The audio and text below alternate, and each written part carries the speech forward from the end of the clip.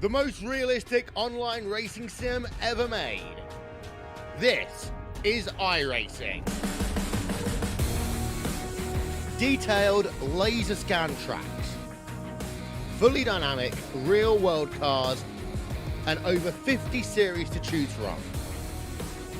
6 online world championships offering over $100,000 in annual prizes.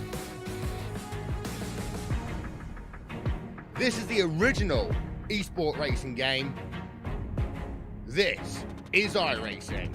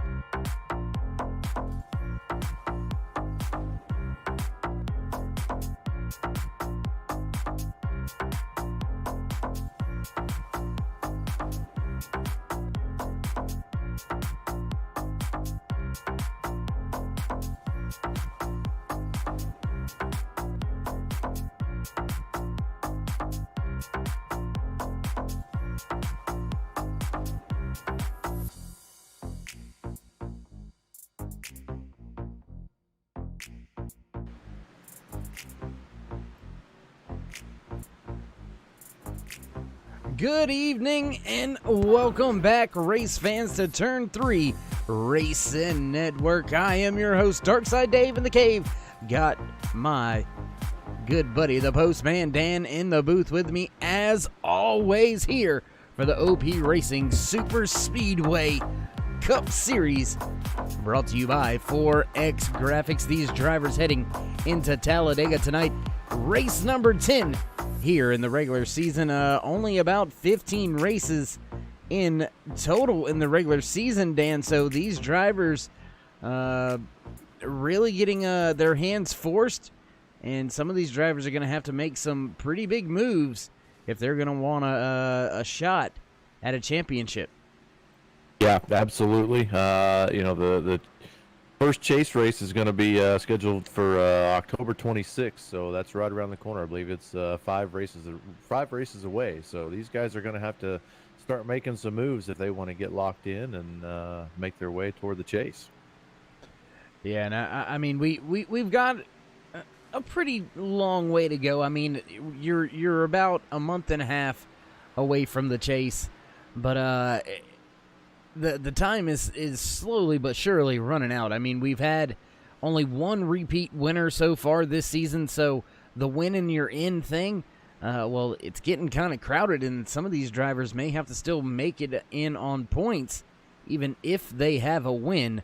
But with all that being said, going to throw up a little bit of the track information for you, show you a little bit about the weather out there. Weather looking pretty good for an Alabama afternoon. 78 degrees out there. Track temperature sitting right at about the 102 degrees.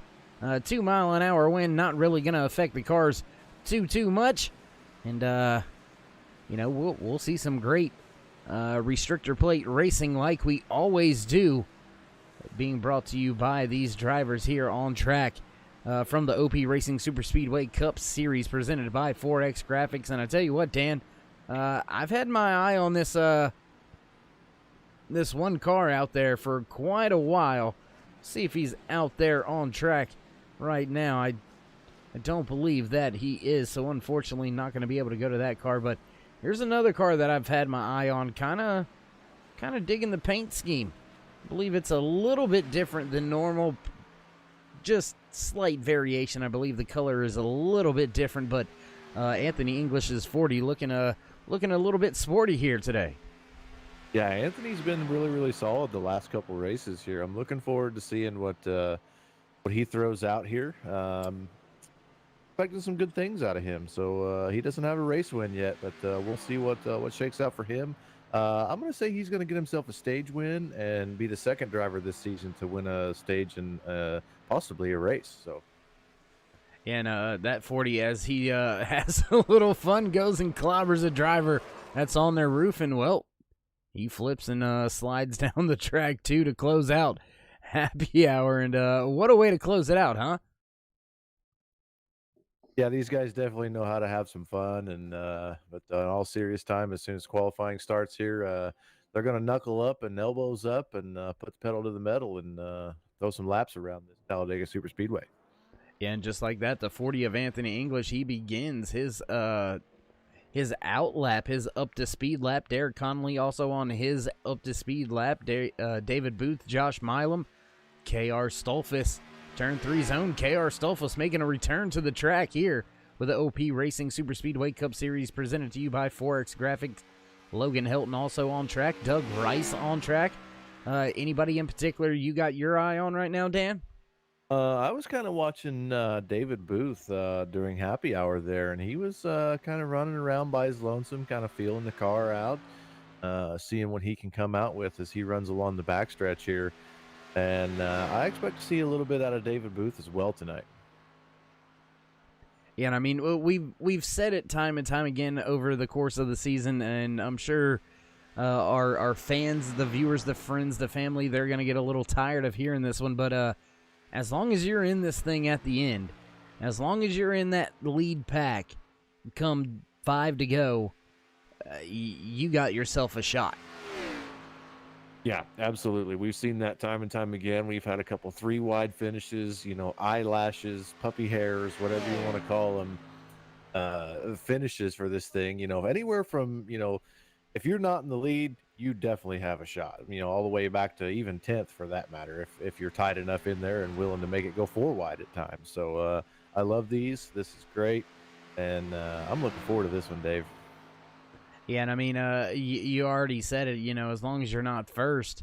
And that's kind of the conundrum with being at a super speedway track is the leader is kind of at a disadvantage coming to the checkered flag just because the draft is such a big equalizer. It's tough to be that leader because you're going to have to throw a block that you really don't want to. Maybe you shouldn't, as the 40 of Anthony English goes top of the charts. 51.04 for the quick time right now for the 40 of Anthony English. Josh Milam in second. Logan Helton right there, the kid sitting in third. K.R. Stolfus was knocking on the door of a top 10 there for a moment. Now getting shuffled on back as a few more drivers put in their timed laps. Yeah, I'm kind of riding along with Travis Elliott here, who's tucked up against that double yellow line right now, heading down the back straightaway. And Travis has just kind of not had the luck on his side, but hopefully he can change that tonight. Plotting in the 7th spot right now in the 51 WEMAC machine. So I know he's hungry, so we'll see if he can get fed tonight. Yeah, just some unfortunate circumstances there for Elliott in the late part of the race. It seems like as the kid bumps Anthony English from the top of the speed charts, quick time right now at 50.99. The kid back to a familiar spot right there on the top of the speed charts. Tell you what, let's jump out there now with, I believe, Aspen Belvin's out on his first time lap in his 84 machine. Yes, going to slot in 21st with his first time lap. So he's got a lot to make up if he's going to try to knock the kid off the top of the charts. And, well, Sensei's already done that. Jimmy Crow, top of the leaderboard right now with a 50.9. Yeah, just barely nipped the kid there. You mentioned Logan. He could qualify dead last and start at the taco truck, and I guarantee you he would be in the top 5 when it came time for a green-white checkered. That's how solid he is. You know, he's our only 2-time winner this season, and he's always hungry. You know, very laid back, very composed, an excellent driver, and we're always going to keep our eyes on him for sure, whole race. Absolutely, and I think you could probably take the engine out of the car for the first 5 laps, and Helton would somehow find a way back onto the lead lap and with a chance to win the thing at the end. Somehow he always does it. Sometimes he finds himself with some trouble and overcomes it, and sometimes he just has an all-around solid day. But the kid, with another solid qualifying session, gonna line up second right now. Do have a few more drivers yet to put in their qualifying times. Aspen Belvin on his second time lap. Mark Mann still out there. Daniel Holloway, James Mayer, Robert Tuvendak, Les Levy, all still on track. And it looks like Aspen Belvin gonna shut it on down. Yes, sir. Aspen, another one of those drivers, just like Elliott in the 51 machine there. He's had some rough luck toward the end of the race. You know, he doesn't like to push. He likes to be out front. He's shown he can lead some laps. A couple 3 weeks ago, I think he led 21 laps in a race at Daytona. So he definitely likes to be out front and not to be pushed, because he just had that bad run of luck being the pusher, you know, getting caught up in some traffic and things like that. And, you know, not necessarily making some poor decisions, but being on the receiving end of poor decisions, let's say. Yeah, and I mean, it happens to all of us, and all of us have been the one making the poor decisions at some point in time along the way. So I mean, it's plate racing. I know a lot of people always say, you know, it's short track racing, but I mean, there's some very specific things that happen when you come plate racing, and a lot of the troubles can be pretty much just handed up and chalked up to, well, it's just plate racing. Yeah, I had an opportunity during our week off to do several posted races, Cup cars, and I can tell you from experience that being out front and having someone push you is definitely a lot easier than being the pusher. You're always worried about getting the right front of that nose up underneath someone and turning them and things like that, and it's definitely easier to be out front. Yeah, I would absolutely agree.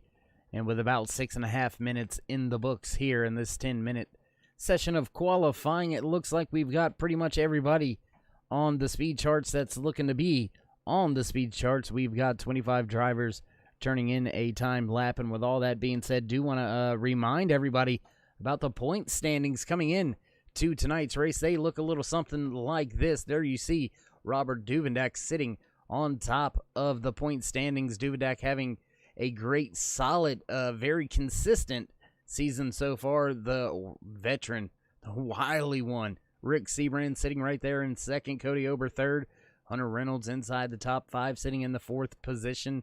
Logan Helton right there rounding out your top 5. And it's a pretty close battle when you look down through that. I mean, Travis Elliott and Daniel Holloway, they're tied with 355 points, Dan. And then Mark Mann, Derek Connolly, only 2 points separate them. And keep in mind, I mean, there's limited space here for this championship, for this chase. And right there, I mean, just look how close all those points are right there inside that top 12. Man, it is going to be a heated battle over the next 5 to 6 races. Absolutely. It doesn't, with the race winners and things like that, it doesn't leave very much room for but a handful of drivers. Like you said, there's only 22 points that separate your top 5 right now. So in my mind, that's a stage win and a couple lead laps, and you're right in the hunt for a championship bid. Yeah, and I mean that's something that some of these drivers are definitely thinking about, and these drivers definitely thinking about last year's chase.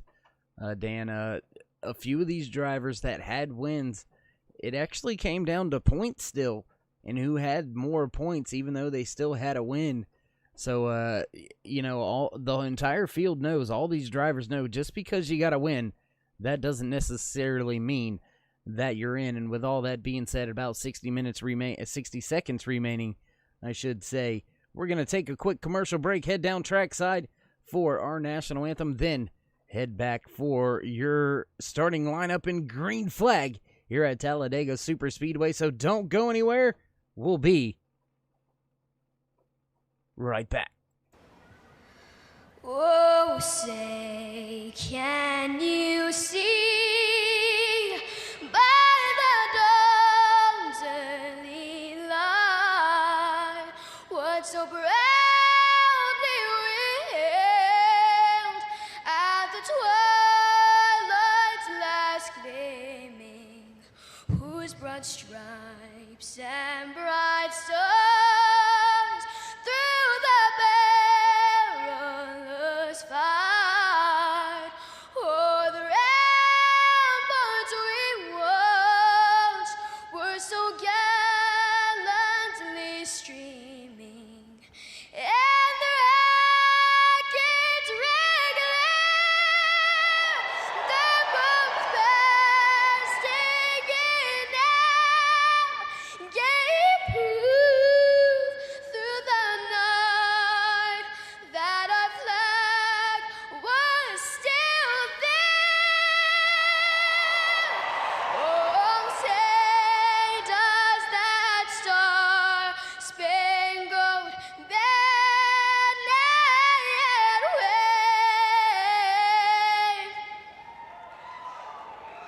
o'er the land of the free and the home of the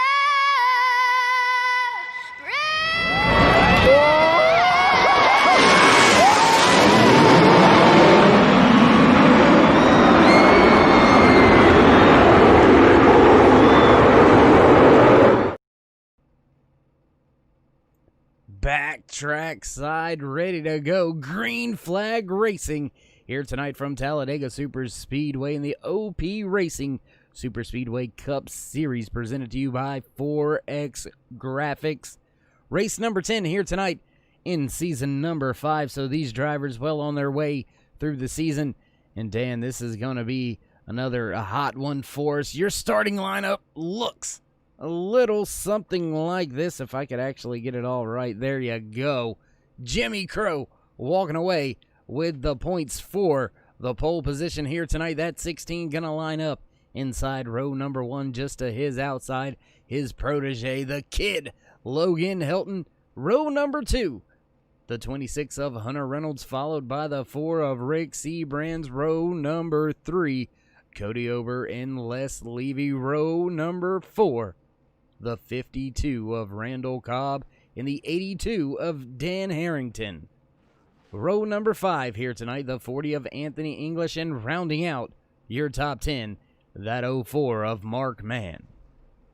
Row number 6 to 28 of Derek Connolly, to his outside slotting in Josh Milam in the 7 machine. Row number 7, the 95 of James Meyer, to his outside slotting in the 53 of David Hunt.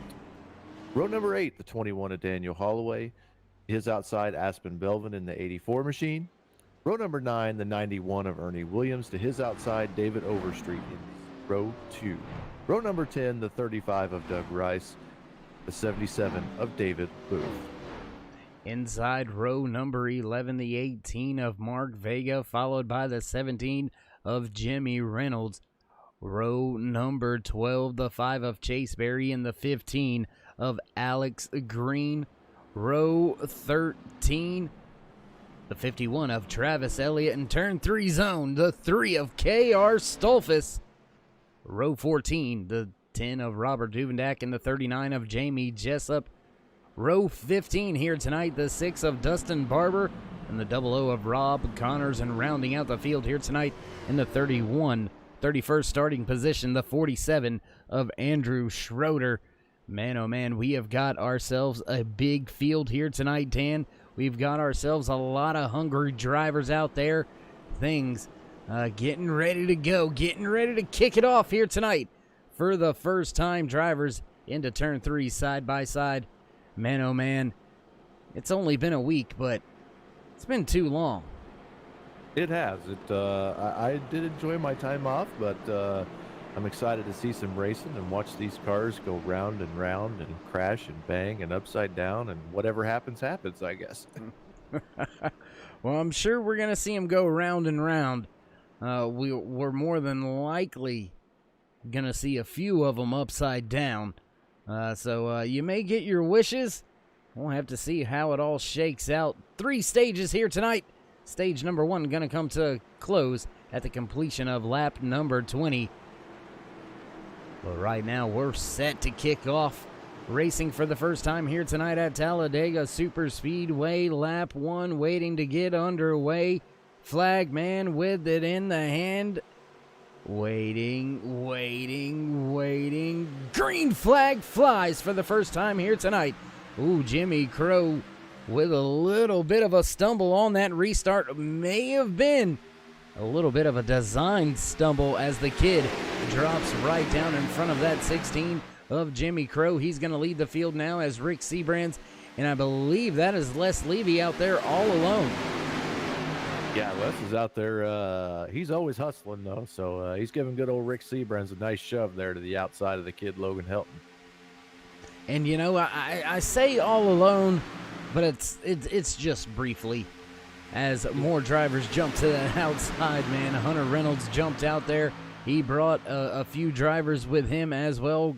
Cody Ober jumped outside. And one more driver, I believe that's Daniel Harrington, that jumped outside as well. So these drivers not scared to mix it up here at the beginning of the race here.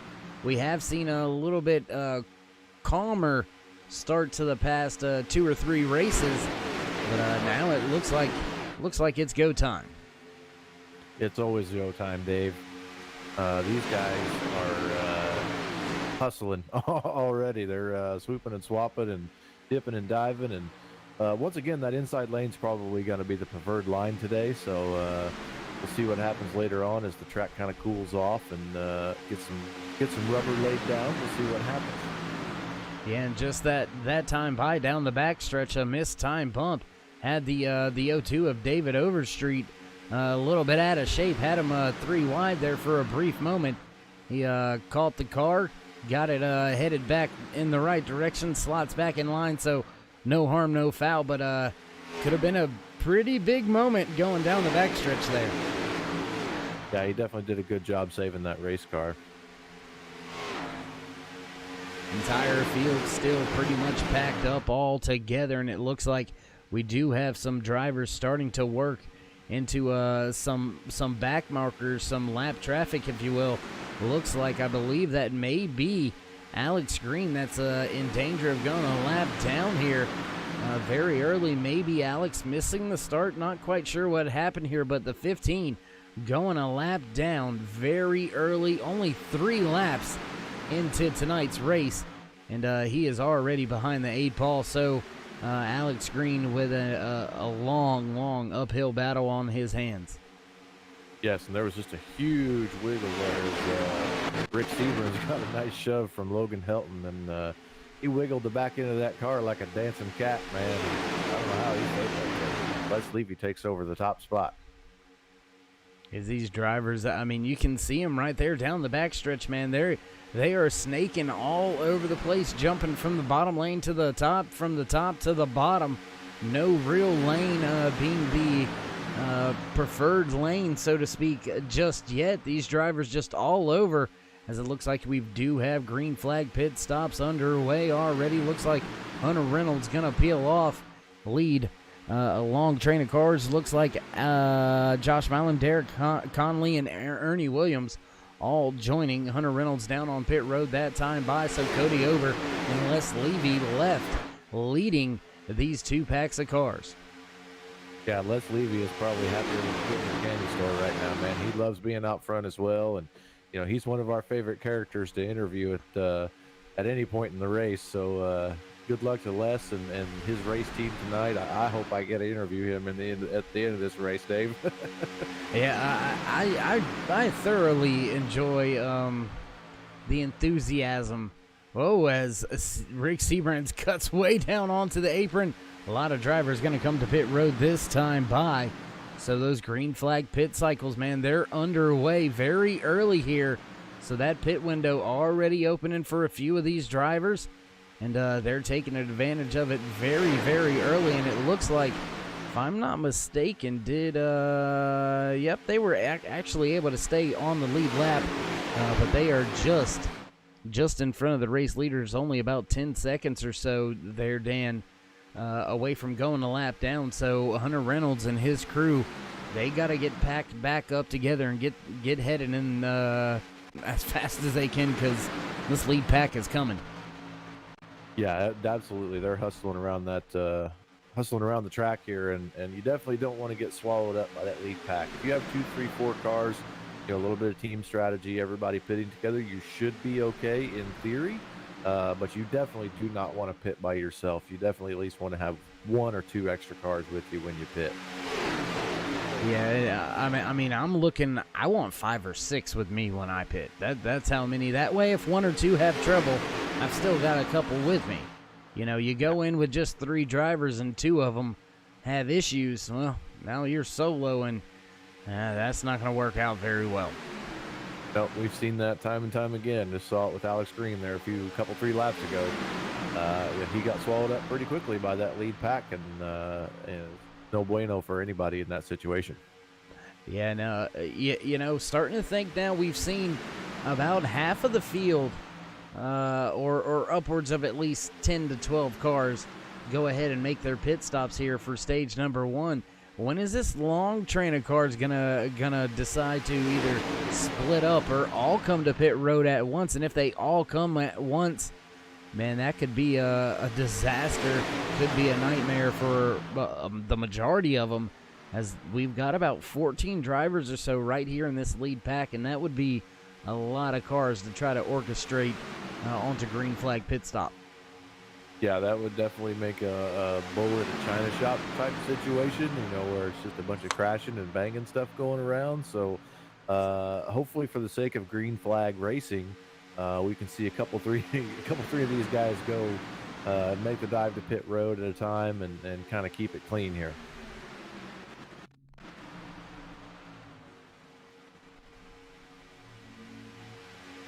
Oh, big move to the outside there by Aspen Belvin. Not sure if he was just out of shape or just had a moment, needed some air.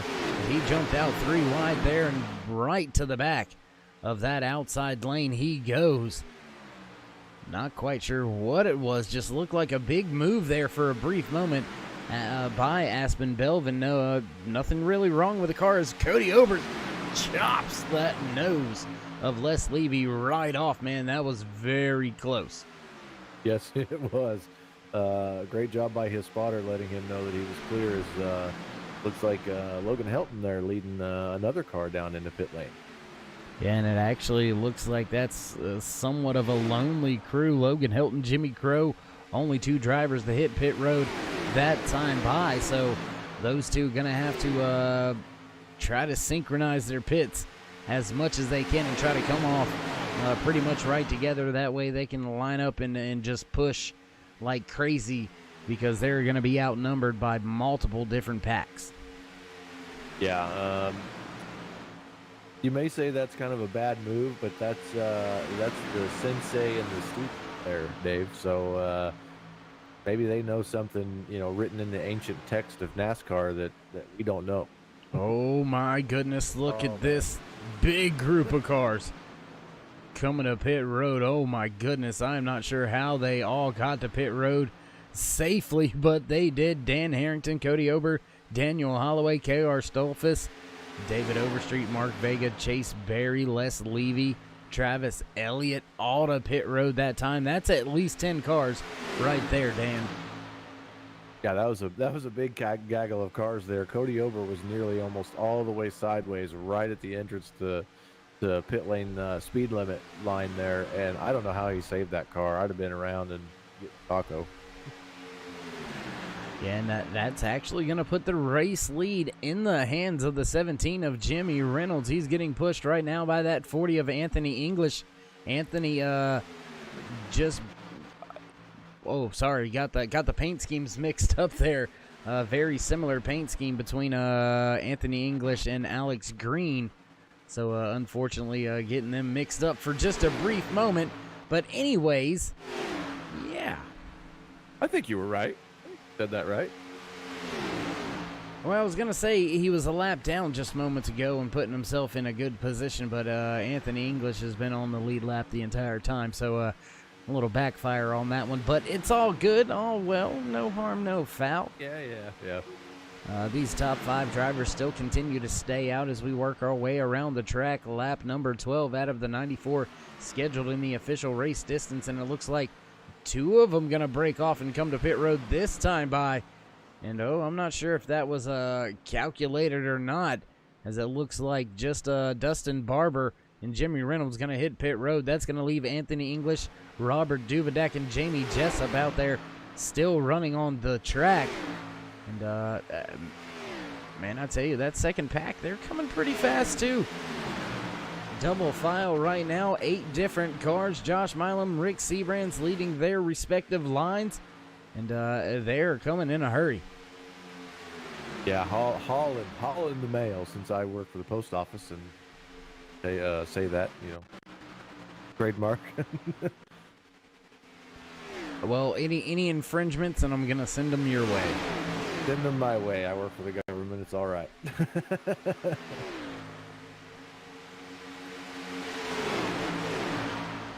Kind of bouncing around the track here, Dave, and there are several, 3-4 different packs here. As I see Les Levy, Alex Green, who's unfortunately lapped down, Travis Elliott, the 18 of Mark Vega, in a 4-car pack here, getting ready to enter turn 3. A couple other packs. Chase Berry out here by his lonesome in that lime green 5 machine. Logan Helton, the kid, bringing up the rear end of the longest line of cars here as we come to the trioval with those guys. Yeah, and as we said about coming to pit road with that many cars, something's bound to happen or can happen. And right there you see it. KR Stolfus stuck out there on the high line, getting freight trained right now, gonna go down. One lap, had a little bit of an issue on pit road, and has put Stolfus behind the 8 ball as he falls. 1 lap down. He is being listed as the first car 1 lap down, so I guess there's a silver lining if you want to look at it that way. Well, he's good on fuel because he came to pit road, so regardless of the issue, he could possibly get the lucky dog, get that lap back if he can stay right where he's at and just kind of roll with the dough. And, sometimes it just happens that way. Sometimes you just, the strategy works against you, and you find yourself just in a bad situation. And right now, the kid finds himself outside 3 wide right now, running that high, wide, and handsome, man. I'm telling you what, the kid wasting no time. He's going to the front. Yeah, he's got some help with Daniel Holloway coming here, too. He likes it up there at Talladega. I've noticed that the last 3 times we've been here. He is very comfortable with his right side tires right on that top white dash line there. Super comfortable, carries a lot of speed through the corner and into the straightaway. It feels good up there to him, apparently. Yeah, I mean, some drivers, they prefer it. I'm on a team with a few drivers, and that's exactly where one of them always wants to be. He always wants to be on that high lane when we come to the restrictor plate tracks. I personally, I like the middle or the bottom, so me and him kind of butt heads about that. But, I mean, some drivers, they just really feel comfortable up there next to that outside wall. Yeah, and I mean, if I'll go to the outside. I've got no problem with that. If you wanna pull me along and take me to the front along that outside lane to where I can make a slingshot move down to the inside coming through a tri-oval, absolutely, I'll go with you all day long. But if I'm gonna ride in a big pack like this, right about where Ernie Williams is at or James Meyer, I want to be on the bottom just in case I need to go somewhere. You only got about 2.5 cars on the outside line there between you and the wall. That's not a whole lot of room for error if something goes awry in front of you. Yeah, well, you never really have time here at Talladega if something happens right in front of you anyway. But the odds of something happening in front of you, 2 wide, 3 wide. Oh, was contact between Cody Ober and Logan Hilton there towards the back of the pack. As you get closer to these stage ends, the end of these stages, I should say, everybody's give and take kind of switches gears to I'm taking everything whether you're willing to give it to me or not. And right now, teammates pushing each other at the front of the field. Now Rick Seabrans drops to the bottom to take over the lead of that bottom lane. Mark Mann out there leading the outside lane. So Alliance Motorsports at the front of both of these lines. And just like that, Milam, he jumps outside. He's looking for the front again. Yeah, it's with Alliance leading Fuel Sim, I believe they have the top spot. Yes, they do. They're actually GOP Racing falls in the second spot. So Fuel Sim kind of fell down last week in the team championship points here. So Milan is going to be looking for something extra here. Yeah, well, don't look now because here comes that 28 of Derek Conley on the outside. He's got help with 2 cars in that outside lane. They were moving forward just moments ago. Then Rick Seabrans jumped outside into the middle lane right in front of his teammate Mark Mann. That has slowed down the progress of that third lane as we've got 3 wide racing at the front of the field. Coming to the end of stage number 1, Seabrans drops back to the bottom lane. Yeah, we're working lap 19 here, getting ready to come out of turn 4, so stuff's going to start getting pretty crazy. You'll see the rear ends of these cars start wiggling around as people try to make room for themselves to make a move and get some extra points here. Stage points on the line. Final lap here in stage number 1 now underway. Lap number 20 here tonight out of the 94 scheduled in the official race distance. The 4 of Rick Seabrans out front, but here comes Milam. He's jumping to the outside just in front of Seabrand's teammate. Will Mark Mann push that 7 to the front? Cars wiggling and moving, jumping out of line in the back. Here comes Conley jumping 3 wide. No, that's Mayer. Yeah, they left Conley out there, hung him out to dry. Cody Over moved down to that middle, what was the middle lane, or is the middle lane, and fortunately Derek Conley was the victim of that. And coming around through the tri-oval, it's going to be a photo finish here. My goodness, let's see. Oh, my God. 3 wide coming across the line for that stage win. I don't know who got it. I'm going to say that was more than likely Rick Seabrans on that one. He had probably maybe half a tire on Milam. Man, it was awfully close between Seabrans, Milam, and I believe that may have been Mark Mann that jumped out there. It was a pretty much a solid black car, and Mark Mann back in the back, the blue paint scheme this week here for Talladega.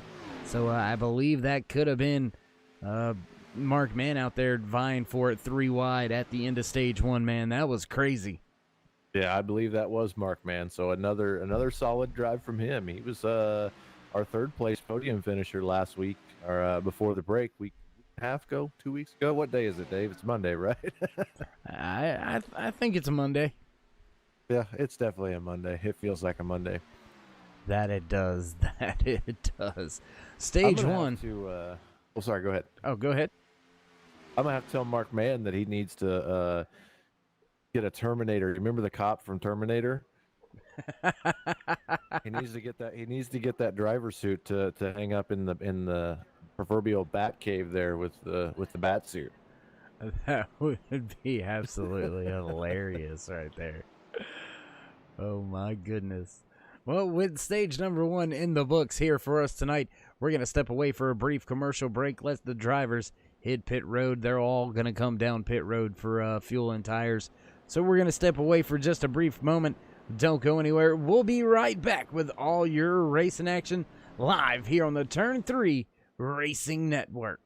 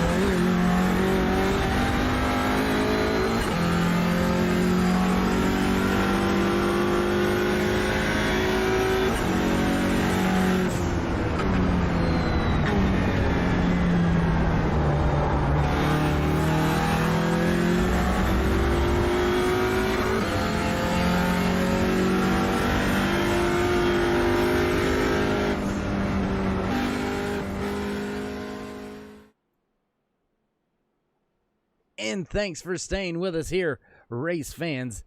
Talladega Superspeedway Stage 1 in the books for OP Racing Superspeedway Series. Presented to you by 4X Graphics. The 4 of Rick Seabrand's going to walk away with the win in stage number 1. And I tell you what, let's see if we can't catch a quick word or two with the driver walking away with the stage win. Let's see if we can't dial up the driver of that 4 machine, Rick Seabrands. It's Dave and Dan in the booth. You got a copy? 10-4, loud clear. Hey, my man, we won't keep you long. I know it's a long way around the track, but it's still just one to go. A heck of a job out there with the stage win. How's the car feel? Yeah, car feels real good, man. That was a lot of fun racing up there, man. That was some good two-by battle and tight racing there with Josh and Hunter and Mark and them, man. That was a lot of fun. This is Lions Motorsports Yeti Camaro feels really good out there tonight. It's handling really good. Seems like we got good speed out front. Hopefully we can maybe get another stage win here and get the best finish we can tonight. But, points is what it's all about, and got to be there at the end, so you got to take care of it too. All right, my man. Well, once again, congratulations on the stage win. Before we let you go, you want to give any shout-outs, thank yous, love views, thank anybody on the side of the car? Yeah, just everybody at home there watching, Yeti and Alliance Motorsports, all my teammates, and you guys for the broadcast. All right, my man. Well, good luck. Elbows up. We'll see if we can't catch up with you a little later in the race. All right, 10-4, guys. All right, there you have it, Dan. Your stage 1 winner, Rick Seabrand's fired up, in a good mood. Seems like he's ready to go.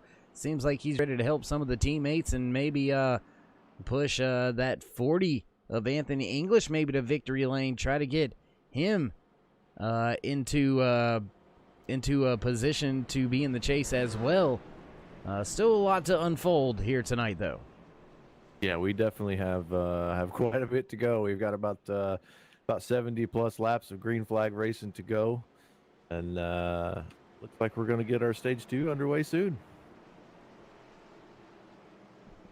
Yes, as the Chevy Silverado pace truck ducks off, gonna move on out of the way. These drivers gonna make the long trek over there to the restart box. Long way around to get to the restart box. Very unique feature here at Talladega Super Speedway. Green flag flies once again as we begin stage number 2 here tonight. Lap number 25 underway out of the 94 scheduled in the official race distance. Aspen Belvin with a good start. Randall Cobb also with a good start up there at the front of the field, leading that inside lane. Yeah, Daniel Holloway also got a great jump with Randall there. Those guys are going to be up front. Randall and Daniel Holloway were both up front last race we had. So we should expect to see a lot of good things out of those guys right there as Aspen Belvin leads that outside lane, followed by Doug Rice and Rick Sieberts. And we're seeing something a little different here at the beginning of stage number 2 than what we saw in that first stage. A lot of drivers already down low on the inside lane. Just as I say that, 2 more jump to the outside lane. But very interesting to see everybody lined up down there on the bottom because pretty much everybody can make it on fuel to the end of stage number 2. I don't think anybody's going to have to stop for fuel as stage number 2 going to come to a conclusion at the end of lap number 40. So all these drivers should be good on fuel. Not quite sure what their strategy is going single file so early here in stage 2. Maybe they just know something that we don't. We're above the track, they're down there. Maybe they know that inside lane's got a little bit more handling. I'm seeing a lot of cars, dipping from 3, 4, 5, 6 feet at a time here from outside to inside on that outside lane. So maybe it's just a little bit of a handling issue. Maybe they feel a little bit more comfortable down there on the bottom. Yeah, that may very well just be it. Not quite sure, as it looks like we've got a 3-wide battle at the front. Here comes, I believe that is Doug Rice in the 35 machine. He is out there 3 wide, pretty much all alone now. Slowly but surely some help getting to him, but that outside lane falling to the wayside now as Aspen Belvin tries to get back up there and challenge Daniel Holloway for the race lead. Randall Cobb still second car inside row, and there's your stage number 1 winner, Rick Seabrand's right there, second car, middle lane. Yeah, Rick has definitely been solid so far through these first 20 or so laps. Oh no, big moment involving Aspen Belvin. Doug Rice involved, Mark Vega. Woo! And not quite sure. Let's see if we can't catch and see what happened here. And no, unfortunately, iRacing goes haywire on me there. And we're going to lose that one, unfortunately. So not going to be able to see what quite happened there. Dan, what did you see on your end? It looked like the 52 of Randall Cobb tried to give Holloway a nice little shove going to the entry of the trioval here. Got a little bit loose, drifted up off the back bumper of Holloway and got into the left door of Aspen Belvin, and unfortunately sent him into the outside wall. Collected Doug Rice on his way in, Mark Vega, and several other guys as well. Yeah, I was going to say, looking through timing and scoring, it looks like there was quite a few drivers caught up in this one. Looks like David Overstreet, Rob Connors, Hunter Reynolds, David Booth, Chase Berry, Jimmy Reynolds, Mark Vega, Robert Duvendak, Aspen Belvin, all involved in this one, so that's at least 8 different drivers involved in this incident very early here in stage number 2. So that's going to bring the field back to a crawl once again. And we'll see who decides to come to pit road and who decides to stay out. I believe most of the drivers are going to elect to stay out, but that's why I don't get paid to make the big decisions, because here comes everybody but your top 3. Yeah, it's basically the guys in the top 3 were the only guys that were not involved in that accident, with the exception of about 5 or 6 cars that were a half a corner away from that calamity there. Your stage 1 winner, Rick Seabrans, was collected in that. Looked like the 5 of Chase Perry got involved. Unfortunate for those guys, especially Rick Seabrans. I know he was the outside row second car there, and he just wanted another opportunity to win a stage, I think. So, and this is gonna shake things up a little bit. This is gonna put some guys in the front who we haven't had a whole lot of time to talk about.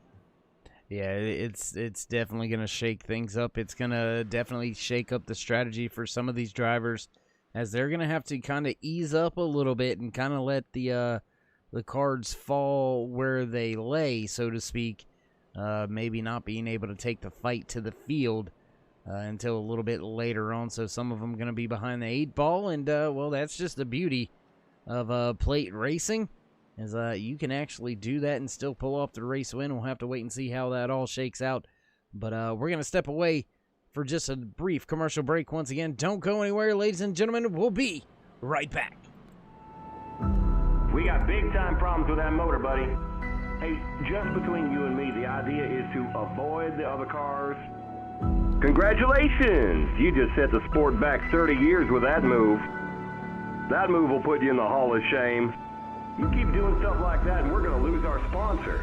Looks like that's it for us today. Now I know why you got canned by your old team. It's over. We can't fix that damage.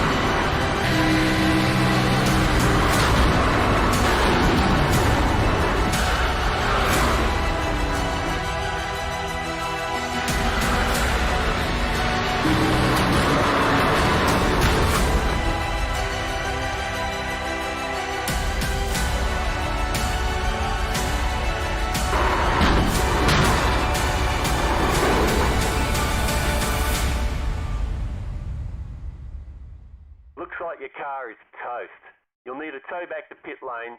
Press and hold your reset button and we'll come and get you.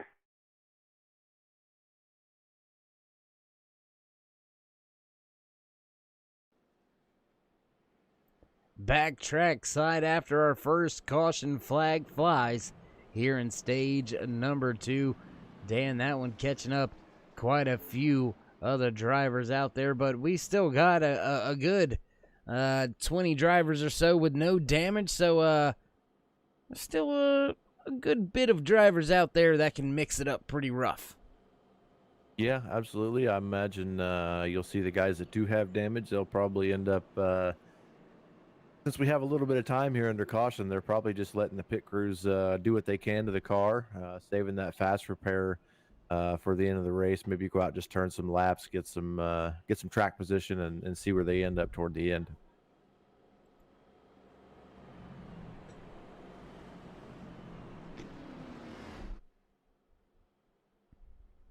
As the field makes their way halfway down the backstretch, pace truck lights are out. Cody Ober going to bring the field back to the green flag. He'll line up on the outside. Daniel Holloway in the 21 right there is actually going to be your race leader. He's going to have the inside lane. Anthony English going to line up just behind him. Ernie Williams in the 91 right there with the 8 of Cody Ober. And then the kid Logan Helton right there. Derek Conley, Josh Milam, Jimmy Crow Jr. right there in the 8th spot.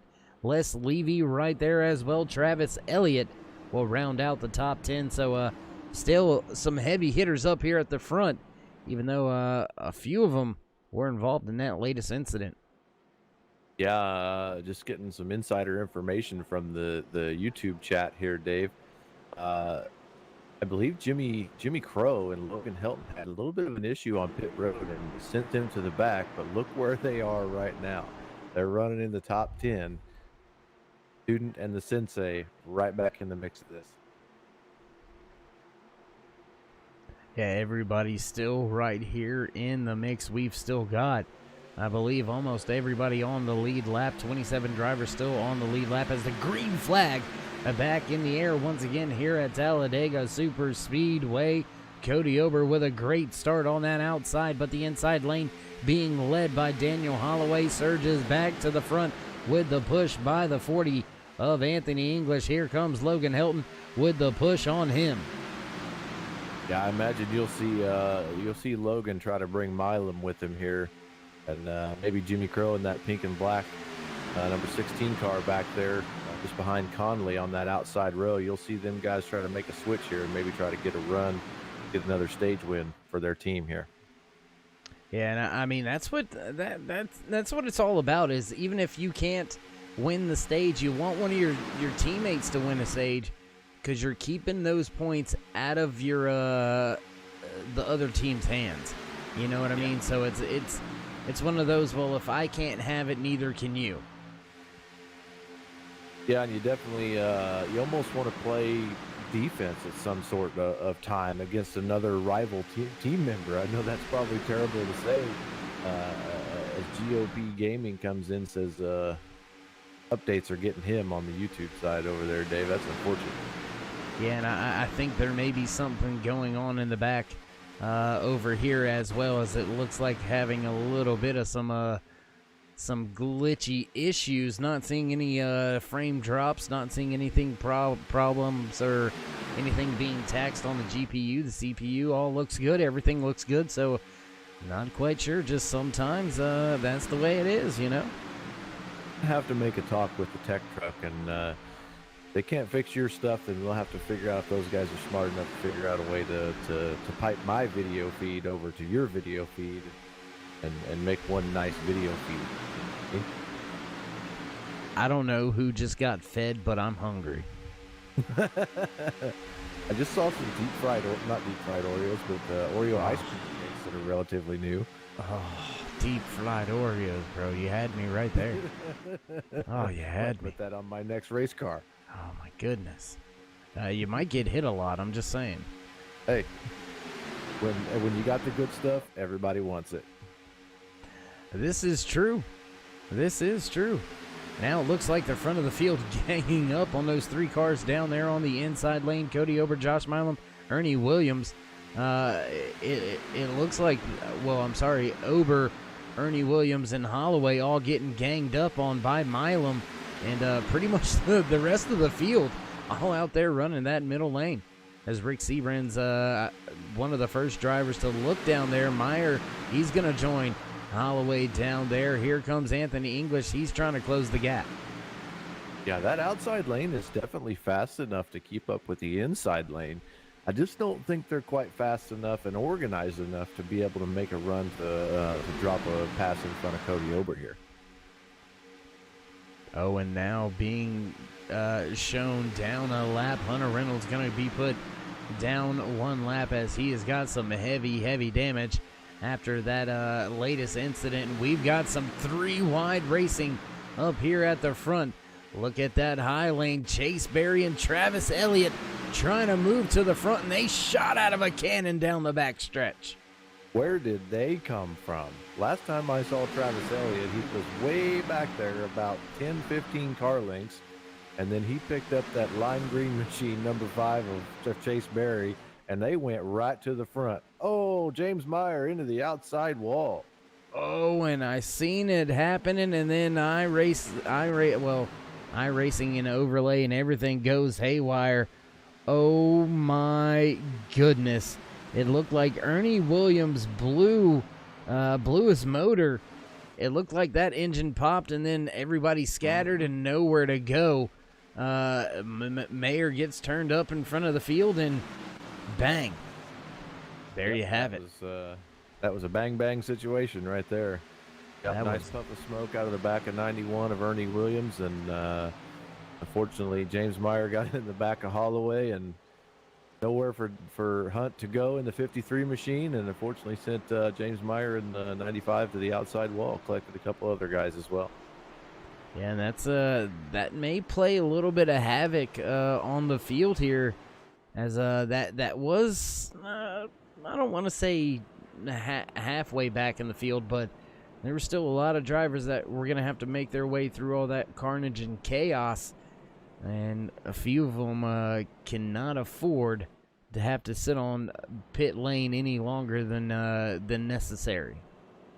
Yeah, that's one place you definitely don't want to be. Under caution, if you've got a fast repair, it's kind of okay, or you've got just minimal damage. But a couple of those guys took some pretty hard shots in our first caution, and a couple of them took some pretty hard shots in the second caution. So that may be the end of the race here for a lot of the guys that were kind of mid-pack there. As we basically the entire field come down to pit road with Cody Ober leading that charge. Yeah, it looks like the entire field is going to come down pit road, or at least everybody that's on the lead lap is going to come down pit road. So that's going to give us just a brief moment to, step away from the track for just a brief second. Got to run down the hallway, so don't go anywhere, ladies and gentlemen. We'll be right back.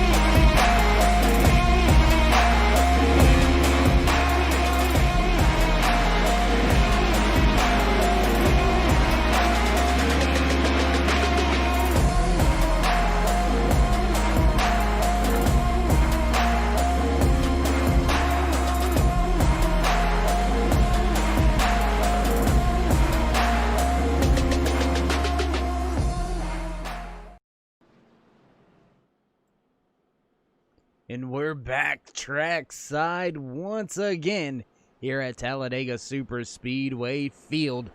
Coming back out of turn number 4. Pace truck lights are out. Official word from race control. That will be the end of stage number 2 as the caution flag flying within 5 laps of the stage end. So Cody Ober gonna walk away with the stage win in stage number 2. We'll have to wait and see if we can't get in a word or two with Cody here a little bit later on in the race. But with all that being said, we're set to fire things back off once again as we cross the stripe this time by to take lap 39. Green flag in the air. Milam with a good start down there on the inside, but Chase Berry gets a great jump on the outside. My goodness, man, where did Barry come from? Himself and Travis Elliott, they came from way back in the pack. 3 wide up through the field towards the end of stage number 2 there. And they found themselves with a great starting spot here for the beginning of stage number 2, beginning of the final stage here. And there you see him up there, right up next to that outside wall once again. 3 wide now at the front of the field for the race lead. Josh Milam has about a car length advantage as Derek Connolly, Chase Berry, Logan Helton, those drivers all mixing it up. Travis Elliott now falling, now falling to the wayside just a little bit. He's got Cody Ober and Aspen Belvin helping him out, but that inside lane is the one prevailing right now. The numbers with the middle lane. So we've got numbers all over the place. We've got drivers all over the place. Some of them up there right next to that outside wall trying to make it work. Nobody jumping out there with those 3 drivers just yet, but most staying right there on that bottom lane. We've got a long way still to go. 55 laps remaining here tonight in the official race distance here in race number 10 for OP Racing Super Speedway Cup Series, presented to you by 4X Graphics. 3 wide at the front of the field once again. And I tell you what, you love it, I love it. Why not give it to you if you ask for it and want it? We're going to mute the mic, step on down trackside for a little bit of turn 3s. Turn it up.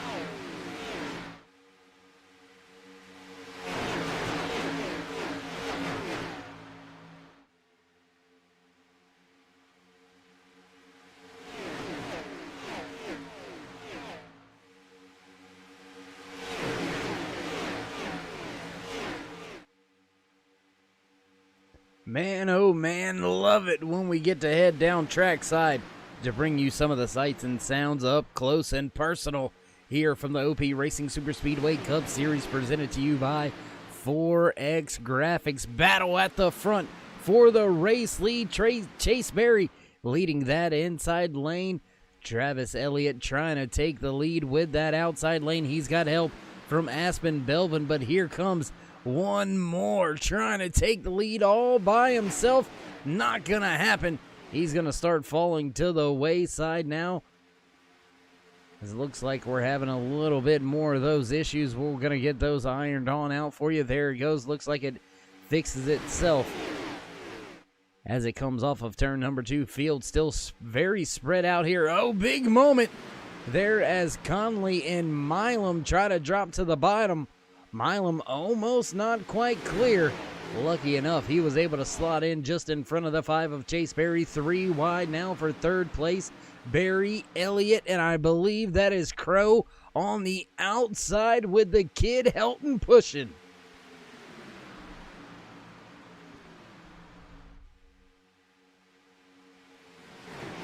The kid Logan Helton had some issues on pit road. Jimmy Crow with some issues as well. They have had themselves a great recovery, now knocking on the door of the top 5. Jimmy Crow sitting right there in 6th. Logan Helton in 8th. That's just how close all of these drivers are. And going to do a little bit of house cleaning while we have a little bit of an opportunity here, working our way around turn 3 and 4 on lap number 46. Now the cars working their way off of turn 4. We started tonight's race with 31 drivers. We have still got 27 out there running right now, and 27 of them on the lead lap. So everybody's still running, still on the lead lap right now. Jamie Jessup, Jimmy Reynolds, they are battling it out for that final spot on the track. And ladies and gentlemen, the entire field all within 2 seconds of each other. So we have got 27 drivers all within 2 seconds of each other. That is absolutely amazing.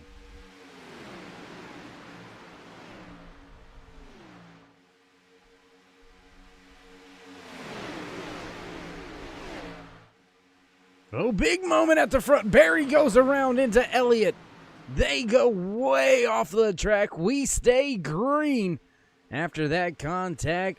Those two drivers sliding off of the racing surface. The track officials keeping the green flag in the air. So big time hit there for Elliott and Barry. They're going to find themselves well behind the 8 ball in at least 1, possibly 2 or 3 laps down by the time they're able to rejoin the field. We work our way back down the backstretch with Derek Conley still leading the field with help from Josh Milam. Milam out there trying to do what he can to keep Conley at the front. But here comes KR Stolfus. Stolfus on the outside with help from, I believe that is Daniel Holloway. These two drivers hooked up during happy hour for a brief moment. And here comes Stolfus.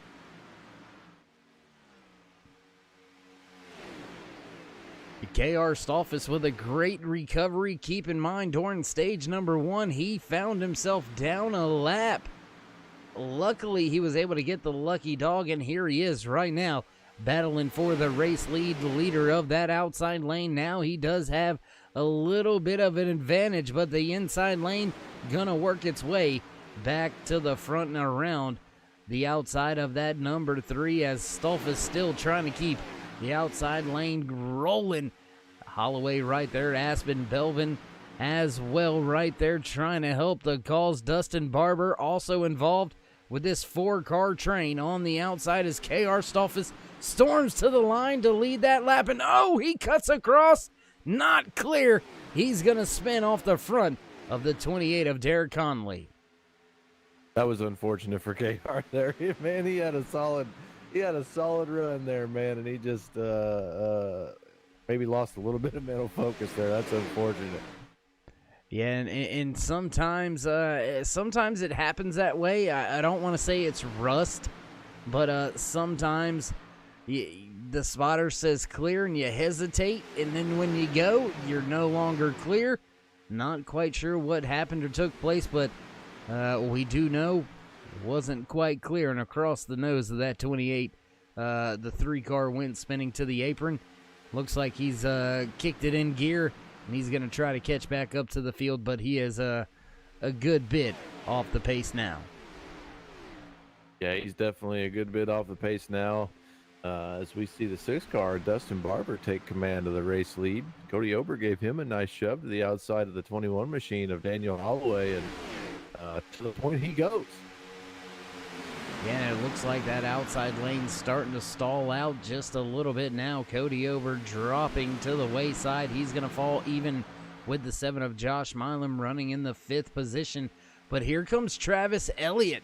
Elliott involved in an incident just a handful of laps ago where Chase Berry came across the nose of his machine, and both of those drivers had to hit pit road after a little bit of damage. So Elliott being scored 1 lap down right now, but a good recovery because I believe he's got himself sitting in that lucky dog position if something should happen.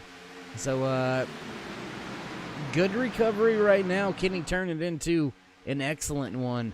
We'll have to wait and see. Yeah, I believe you are correct. He has scored the first car a lap down, so hopefully he can kind of break that bad luck streak he's been having the last 4 or 5 races. Fingers crossed, knock on wood. Rub your lucky rabbit foot there a little bit, Travis. I'm rooting for you. I don't know about Dave. I can't speak for him. He's way over there on the other side of the booth, so. Well, yeah, I'm going to go back and check on somebody that I was rooting for when I seen his hauler down there in the infield. Going to go back here and check in on turn 3's KR Stolfus. Looks like himself and Jamie Jessup, they were running together for just a brief moment. Now Jessup going to break off for pit road, and that's going to leave KR Stolfus all by himself, about a 4-second gap to reach the nearest car. So big time trouble right now for that 3. He's going to need a caution flag to save his race. Yeah, he's definitely going to need a caution flag, or if the leaders can come around and catch him, that will actually put him the first car lap down instead of Travis Elliott. As we see Travis Elliott, speak of the devil, pushing the 91 machine of Ernie Williams to the front, but unfortunately is going to leave himself hanging out to dry on that outside lane as we enter into turn 1. Yeah, he pushed that 91 to the front, and as you said, kind of unfortunately boxes himself in. Looks like he's got a gap. He's going to drop down just in front of that 84 of Aspen Belvin. But what I was going to say is green flag pit stops were not too far away from them here, Dan. We these drivers, they tend to like to run these races a little bit backwards when it comes to fuel mileage. And we see that long train of cars, and that's usually a telltale sign that pit stops are fixing to happen. And just like that, there they go. So Elliott still in a very good position to keep himself in the lucky dog, or possibly get himself back on the lead lap the good old-fashioned way. Yeah, he's definitely digging. He's going to have a little work to do to get himself back on the lead lap, because once you get past the leader, still got to come all the way around. But it could happen. Yeah, something crazy could happen, and mix up on pit road with Dustin Barber and Daniel Holloway. You never know, man. He could fall here inside that cockpit. And next thing you know, he takes command of the race lead and gets his lap back in the same lap.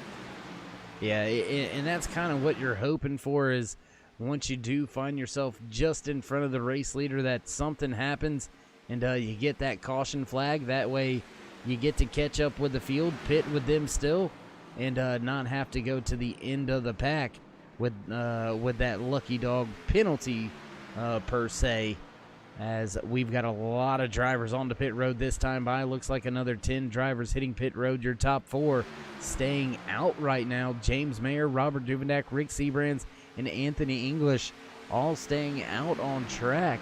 So it looks like pretty much an Alliance Motorsports little team run right here. Yeah, they're unfortunately going to swallow Travis Elliott here, and well, maybe as I say that, as Rick Sebrands checks up and gets behind Travis Elliott, Oh, we're going to pit road. That's what we saw there. Yeah, I was going to say, I think that was a little bit of I don't want to go to the outside and not be able to get to pit road with my with my 3 teammates. As 4 of the Alliance Motorsports drivers, all 4 of them coming to pit road that time by. I believe the only one not with them is the 04 of Mark Mann. So the only Alliance Motorsports driver not to pit with his team. And he is right there pitted, or running on track, I should say, in a pack of drivers that's catching up for what will be the eventual race lead. Yeah, I'm just kind of hanging with Travis Elliott here, just keeping an eye on his lap times and, seeing what the gap is to that lead pack that's going to form up here in probably half a lap or so. These guys will get together and start seeing that 2-wide, 2-lane racing, 5-6 cars deep. I'll hang with Travis here and do some fuel calculations in my head since I'm the mathematician of this broadcast team. See if maybe this will actually work out to his advantage. Well, just because I don't math too good, you don't have to rub it in. I mean, I did draw fingers and toes on my Cabbage Patch dolls, if that counts. Whatever helps you get to 10 days. That's probably okay. Or 20. All right, so green flag pit stops are over with. Looks like all the drivers have rejoined the track. Aspen Belvin now assumes the race lead. He's got the kid Logan Hilton right there with him. Daniel Holloway, third car back. Derek Connolly, Josh Milam right here. Cody Ober also right here. The 91 of Ernie Williams, man, I tell you what, Dan, he has been up near the front of this race all day long, and he's looking to fill in that high lane back there, be the third car in that third lane. So Ernie Williams not mixing it up, not playing nice about it here tonight. Yeah, Ernie is. I've seen him in several lobbies in the iRacing community. Not only the Cup cars, but some trucks and some Xfinity cars and some ARCA cars, and I saw him in a 410 win lobby earlier for the World of Outlaws qualifying races. So Ernie's definitely getting some practice laps in, and obviously what he's got going on for the off week, it's paying off for him. In a big move at the front, Holloway jumped out to try to take the race lead, and Connolly and his crew, they took a big evasive maneuver, went all the way to the high side, all the way around, 3-car breakaway at the front.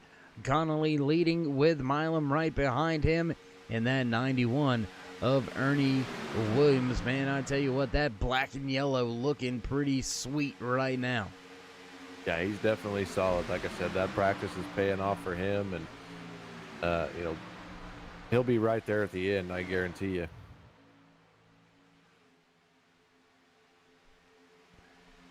Man, oh man, I tell you, we're getting close to the one, right around when we should see the fuel window completely open for these drivers. We've got about 36 laps remaining.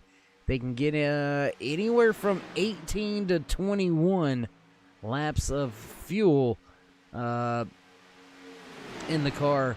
So we're about maybe 10 laps or so away from the final set of green flag pit stops. And what are the odds here, Dan? You're usually pretty good with the math and the stats.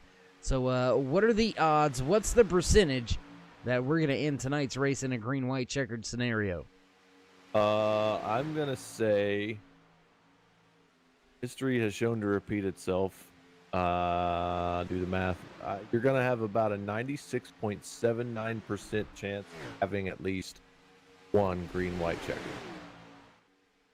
I'm saying there's a 90 whatever you just said % chance you just completely made that number up. Sounded right, great, though. I'm going to give you that. It sounded awesome. It sounded absolutely awesome. You had it down to 2 decimal points and everything. I was like, hey, wait a minute. Everybody's got calculators on their phones these days, so my 3rd grade math teacher lied to me and said you'll never have a cell phone in your pocket. So you need to learn to do it long division the right way, and here we are, 2020. world's gone haywire and we got calculators in our pockets.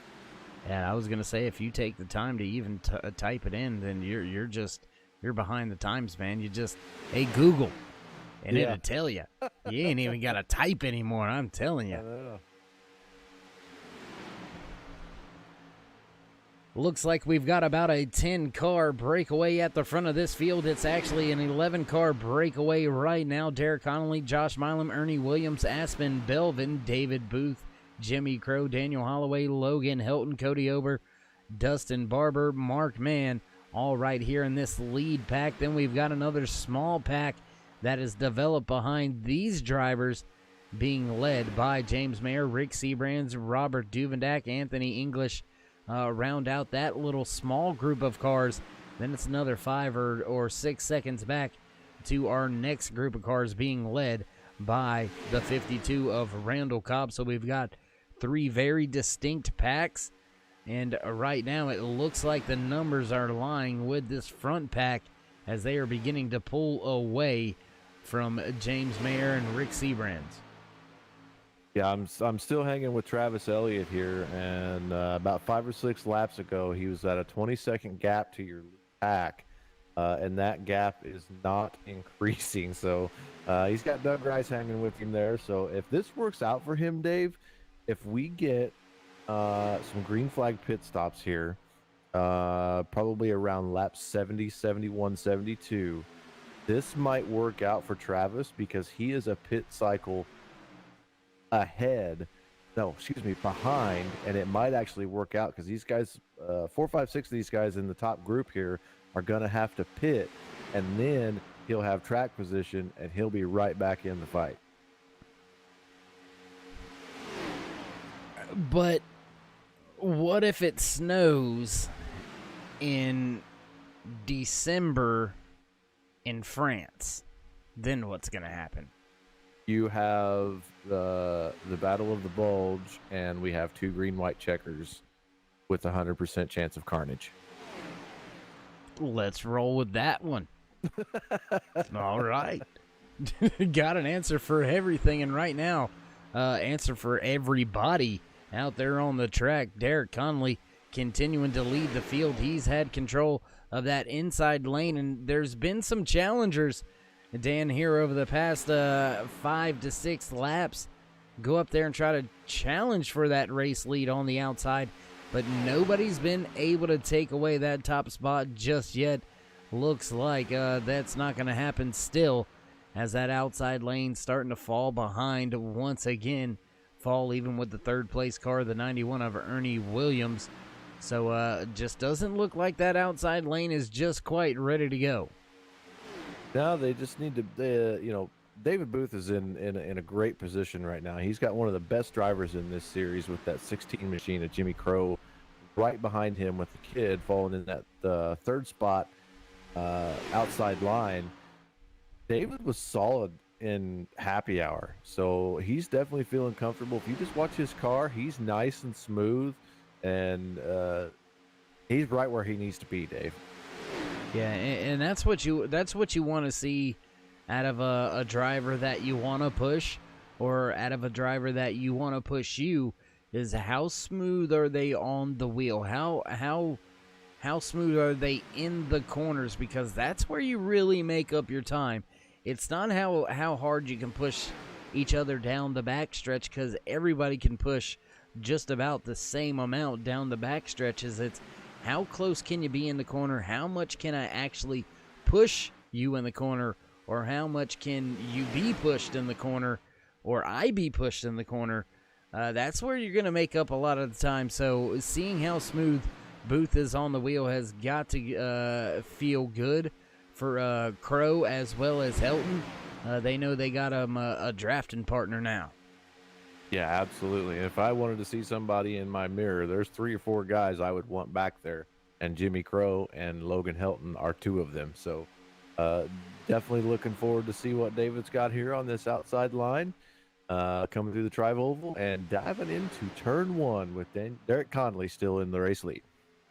And Dan, we mentioned it in pre-race, and we mentioned it in qualifying. The kid, he always finds a way to kind of surface No matter the type of night or evening he's had, he always seems to surface at the front of the field at the end of these things. And here we go, knocking on the door of about 27, 28 laps remaining. And where's the kid? Well, he's moving to the front. So that's another little vote of confidence for that 77 of David Booth, to know that you've got a driver that hunts the front of the field at the end of the race right behind you. Absolutely, I'll agree with that 100%. And it's not just one or two races here or last week or something like that.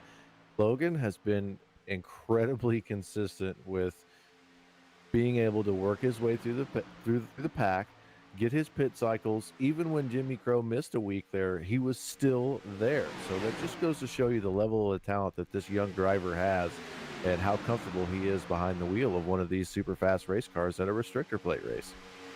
Yeah, and some people like to say, oh, well, it's who got you there. You race with certain people, and that's why you get things done.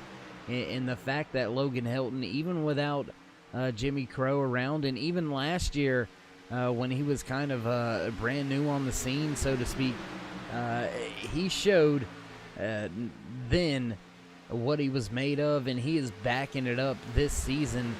Inside the top 5 in points, has been to victory lane, has got a handful of bonus points or playoff points for winning stages and in pole positions. So the kid, I don't want to necessarily coin him this, but he's pretty much the future face of OP Racing right now. Youth movement represented very well by that 63. He's definitely part of the Turn 3 Young Guns, you might say. Yeah, I tell you what, if he'll let me claim him, we're going to claim him, that's for sure. I will. We'll claim that. We'll claim the heck out of that kid, that's for sure. Absolutely, I will. Well, Derek Conley continues to lead the field up at the front. Well, obviously, if he's leading at the field, he's up at the front, but he's got the 7 of Josh Milam right there with him. I tell you, I've got some of the most redundant sayings in the world, and you're going to continue to hear them.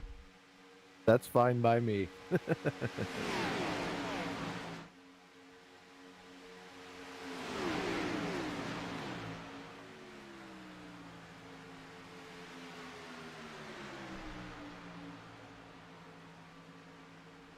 Drivers all to pit road. Looks like about 7 or 8 coming to pit road this time by Derek Conley, Josh Milam, Ernie Williams, Aspen Belvin, Mark Mann, David Booth, Dustin Barber, all to pit road this time by Daniel Holloway. Will take over the race lead. He's got Cody Ober right there with him. Jimmy Crow, James Mayer, Rick Seabrands, Robert Duvendak, and Anthony English are your top 7 drivers still out there on track. Yeah, this is gonna be an interesting thing here, Dave. We've got 94 laps is the total distance for this race, so that's gonna put 22. I'm not sure if the guys that just pitted with Milam and those guys are gonna have to make one more pit stop, because it's only about 19 laps on a fuel cycle for these guys. So. Race caution, save some fuel, green, white checker, just one of them, maybe? I don't know, because even the drivers that just pitted, Jimmy Crow, Rick Searans, all of them, they're going to be a little bit short still. Or at least by all my calculations, I don't believe they're going to be able to stretch their fuel 22 to 23 laps. And it looks like that's about what the lap count's going to be at for these drivers to finish. So unless we get a caution, look for maybe some a scramble for a splash and go by a lot of these drivers. And man, Dan, look, the kid, he's not wasting time trying to get back to the front. So I think some of these guys may have realized, oh, we still don't have enough fuel. Yeah, maybe that's always in the back of your mind either way, but I don't think these guys that just pitted on lap 72 there, I don't think they can make it on fuel without a caution. Yeah, I really, really don't think they can. I've seen I've seen drivers stretch it about 21 to 22, but 23 to 24, ooh, that's asking for an awful lot, and these drivers are mixing up an awful lot up here at the front, man. That was some pretty close moves there by Ernie Williams and Derek Connolly. Now that third lane, Logan Helton solo out there. He's going to fall back and fall behind the 77 of David Booth. Now Daniel Holloway jumping to the outside. And Dan, I can just think that the moves are going to come more and more here as we get closer and closer to the end of the race. Going to take 20 laps to go this time by. Yeah, the moves are definitely going to get a little tighter. You're not going to be as forgiving with the guy to your inside, outside, behind you, in front of you. When it comes go time, and you got to put yourself in position, you know, within the top 5, 6, 7, 8 cars, you're going to have to make some enemies, and that's racing. Well, I think I've said it in the booth with you and all of our viewers here on the Turn 3 Racing Network. They've heard me say it at different times, on different occasions. I'm going to be the meanest, nastiest one on the last lap. I'll wreck my mom to win a race. And yes, I know I'm not winning any money to do it on iRacing, but she's still going to the wall, dude. A win is a win. Okay, you ain't lying, brother. I mean, I'm sorry, Mama, but you got to go. Yep. The things at the front of the field getting a little bit more heated as the pushing getting a little bit more active there. Connolly wiggling around quite a bit. It's got the 91 of Ernie Williams right there, the 21 of Daniel Holloway. Aspen Belvin leading that outside lane. He's got Mark Mann, the 04, right there. Batman himself back in the blue, back in that car, back to the front of the field. And, man, we've got some lap traffic just in front of the lead pack here. So we've got a little bit of everything going on right now. We've got low laps. We've got low fuel. We've got lap cars. We've got cars making moves. Dan, I think we might see that upside-down car yet. Yeah, you might. Yeah, we've definitely seen the grid get inverted half a dozen times here, so that's kind of an upside down thing. I'm okay with that, but this lead pack with Josh Milan leading the way caught these lap cars pretty goddamn fast. Yeah, they're gonna eat up Travis Elliott and these other 3 cars that are with him. I believe that is Hunter Reynolds, Doug Rice, and not quite sure who that final driver in line right there is. But all of those drivers, unfortunately, going to be scored a lap down now as we work our way around turn number 3 and off of turn number 4. We've got 20 cars remaining on the lead lap now. Travis Elliott being scored in that lucky dog position. Rick Seabrins, the 4 of Rick Seabrins being scored as the final car on the lead lap. And Dan, he's about a half a lap behind our race leader. Yeah, I'm just taking a look at his pit strategy here, if I can get my timing and scoring to update.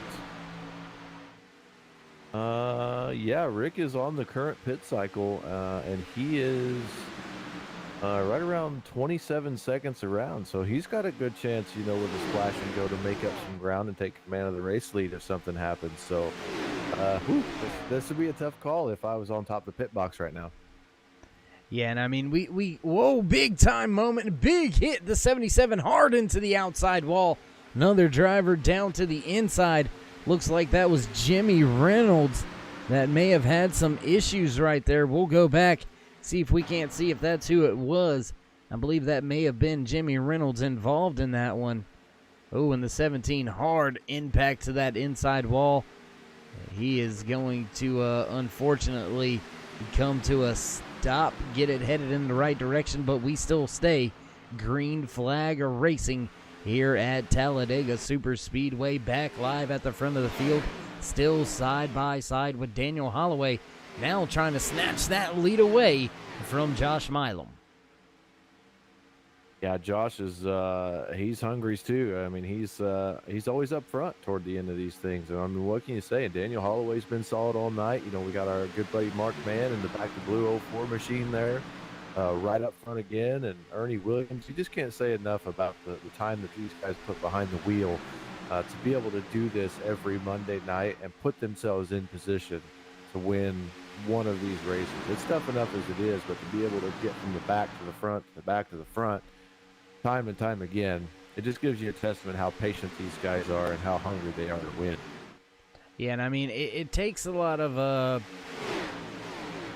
I don't want to necessarily say patience, because it's more about nerves as well, because when you're working your way from the back to the front and you have to do it multiple times, you have to learn how to kind of calm your nerves down a little bit, even when you're in a bad situation, because you may have to stick it 3 wide to get yourself past a moving roadblock for the moment, to get yourself back to the front. So sometimes the anxiety levels go through the roof when doing it, but I absolutely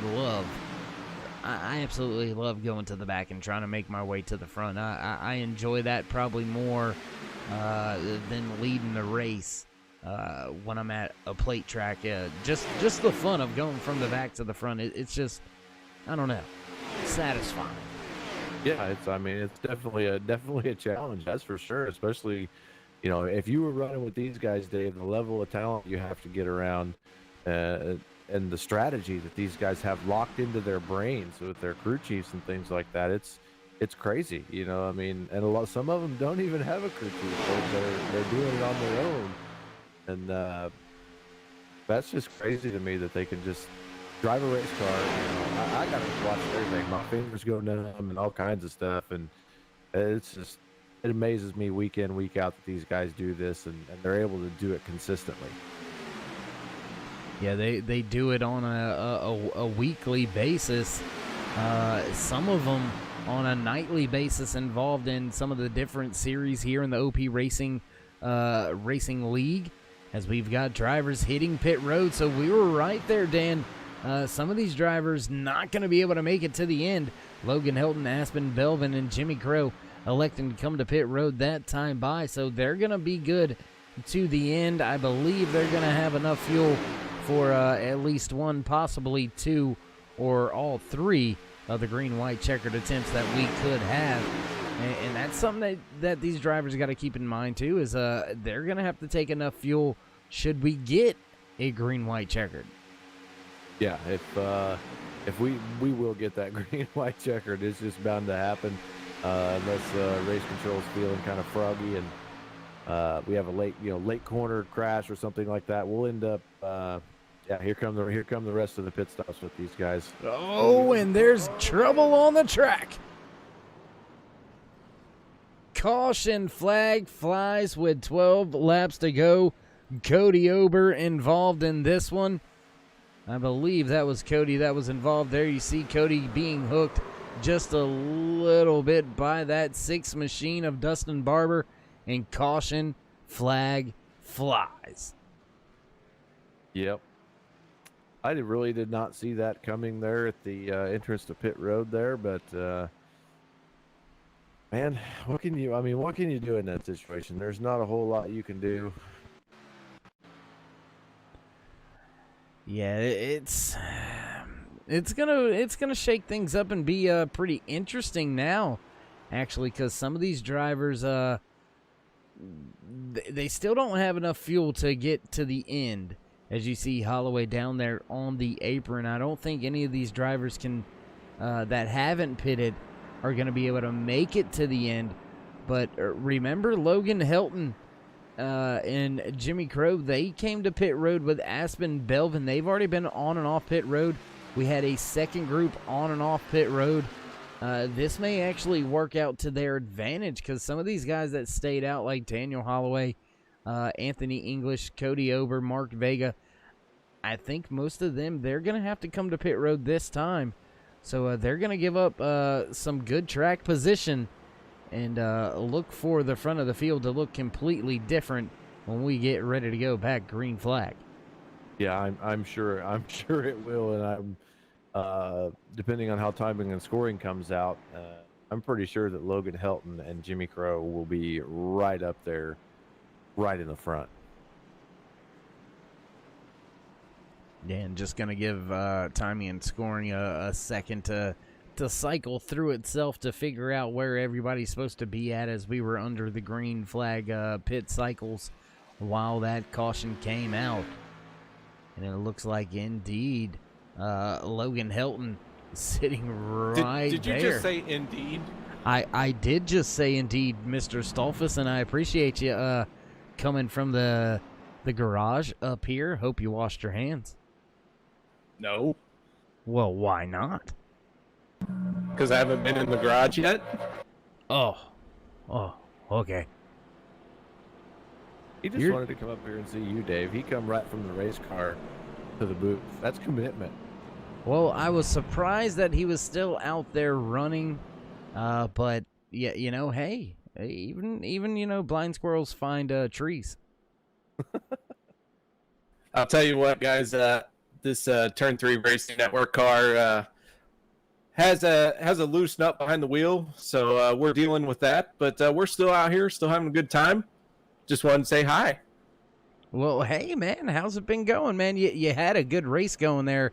What happened? Did the spotter say you were clear and you weren't, or did you just decide to go left? Oh, I thought I was clear of Derek, and I wasn't, and I owe apology to Derek on that one. But, we had a good run, and unfortunately it put us 2 laps down, and here we are just trying to finish this one out. Well, man, I tell you what, you're on track. The broadcaster's curse is no longer something that you got to deal with or worry about. So who do you think has what it takes to put their car in victory lane here tonight? Man, I'll tell you what, the class of drivers here in the OP Racing Super Speedway, anybody on this lead lap has a shot at winning this one. We're going to have a shootout here, and anyone can pull this off. Well, thanks for answering the question by not answering the question. Always something that you've been known to do there, KR. Appreciate that one once again, man. Well, you're welcome, but it is true. I mean, any one of these guys who are on the lead lap does have a shot at it. Anyone can pull off the win, but man, I'll tell you what, anytime you're out here on the track with these guys, you know you're in for a fight. All right, my man. We'll go out there and put on a little bit of a show, even if it isn't for the race lead. Go out there. I tell you what, I'll give you a little challenge. I bet you can't come across the start-finish line upside down and backwards. No, I'm just. Not. I'm just kidding. Let's not try that. I don't want to get everybody mad at me. I mean, I'll give it my best, but man, that's going to be hard to do. All right, KR, my man. Well, I appreciate you checking in with us. Elbows up, and you want to give any shout-outs before we let you go? Dave, Dano, man, guys, appreciate you coming in on Monday nights here doing these broadcasts. But other than that, these scrubs here on the track, they ain't worth nothing to mention. I'm telling them all. You said it, and there is proof. But yeah, we're going to give it heck, and we'll see what happens. All right, my man. Well, good luck. Elbows up. Thanks. All right, there you have it. KR Stolfus startling me. I thought he was I thought he had pulled in the garage, Dan, and decided to come up for the rest of the night, but nope. No, he fooled us all. That's a tribute to the quality of gear he's running in that race car, because he sounded like he was sitting right here. All right, well, pace truck lights out once again. 9 laps remaining here in OP Racing Super Speedway Cup Series presented by 4X Graphics. Race number 10 here tonight at Talladega. And man, I tell you what, gonna have 8 laps remaining. It is a short run to the end. Will we stay green to the end, or will we see yet another green, white, checkered here at Talladega Super Speedway? I'm going to say we're going to keep it green to the end, Not sure what the fans and friends want, the family, but we'll find out either way, one way or another. We're going to figure out what's going to take place. Logan Hilton, your race leader, takes the outside lane, hits the gas. Green flag flies once again here at Talladega Superspeedway.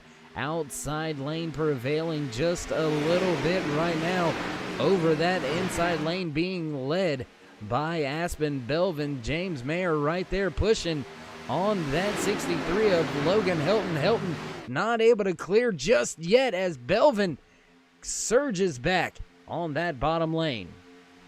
Yeah, Jimmy Crow's right behind him, Logan Hilton's teammate, so expect those two to link up here very, very soon, one way or another. If Logan's got to make a lane in the middle, he'll probably do it.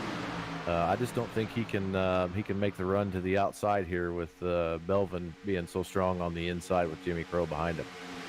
Yeah, and you know, if you're Jimmy Crow, you're kind of in a tough situation here. You don't necessarily want to push a car in front of your teammate, but you almost got no choice but to push as hard as you can, because Holloway's going to be right there on your bumper pushing you if you don't get your stuff together and head down the track. You know what I mean? So Crow in a little bit of a bad spot. I mean, you gotta push. Yeah, he's in a little bit of a dilemma right now, but just looking at Logan Hilton there, he's on corner entry. He's looking for something a little lower than James Meyer right now. It's just not quite opened up for him just yet. Yeah, and we can keep seeing those drivers. They'll snake out, peek out, if you will, just a little bit as the 18 now steps out just behind the 40 of Anthony English. And now we've got that third lane starting to develop, a very distinct third lane developing with the 52 of Randall Cobb, and they are moving to the front. I wonder if any crew chiefs are keeping an eye on that, going to tell their driver to bail from the middle lane and try to take over the lead of that outside lane, as the race leads still side by side with the 84 of Aspen Belvin and the 63 of Logan Hilton. We've seen that several times tonight with that two-car tandem draft on the outside. We saw it around lap 40 or so with Travis Elliott making a run. That's just crazy that two-car thing from 10th, 12th on back can run up there and get pretty close to the leader. If they can hold that thing together and get one more car to go with them, we could see a three-wide run to the checker flag here, Dave. And we're getting ready to see it right now. Oh, and out to the outside goes James Mayer. He jumps to the outside to lead the outside lane. Now the middle lane falling apart just a little bit on Logan Hilton. Aspen Belvin leading the inside lane. Jimmy Crow jumps out to lead the middle lane. Now three wide at the front. Belvin, Holloway, and Mayer. Big one at Talladega. My goodness, that took out a lot. Cars are flipping. Holy cannoli. Well, I got my wish. And I do want to apologize to everybody out there watching right now. Not quite sure what's going on with that, but the caution flag flies. We'll try to take a look. Jimmy Crow gets spun around. He collects, well, pretty much the entire field. Looks like Logan the Kid Hilton flipping. Randall Cobb flipping as well. The 62 with some trouble and some damage after this one. There is a lot of cars involved. Daniel Holloway did a super good job. The nose of Jimmy Crow's car hit him right in the passenger door, right in the numbers, and he sent that thing to the apron and somehow saved that race car. Yeah, and I'm not a very large accident. I'm not sure how these four drivers at the front right now, Aspen Belvin, James Mayer, Daniel Holloway, and Robert Duvendak, made it through all of that with no damage whatsoever. But they have managed to do it. And, man, this is going to be an interesting one. First official green-white checkered attempt here at the end of the race for race number 10 here in the OP Racing Superspeedway Cup Series, presented to you by 4X Graphics. And Dan, I wonder who put in enough fuel to compensate for these green white checkers and these extra little laps here we may see quite a few other drivers have to hit pit road. I think most of the guys on pit road right now were involved in that latest incident, and it looks like there's about 10 of them. So, Dan, man,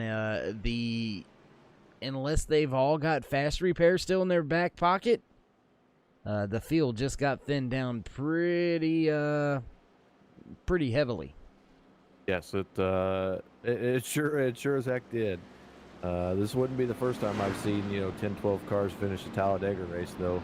I believe in about 2003 they only had 6 cars on the lead lap. So a lot of those guys probably do have their fast repair because several of those drivers were up front and avoided some early chaos. So, but as far as your fuel situation goes, I believe that your top 10 are at least good on fuel.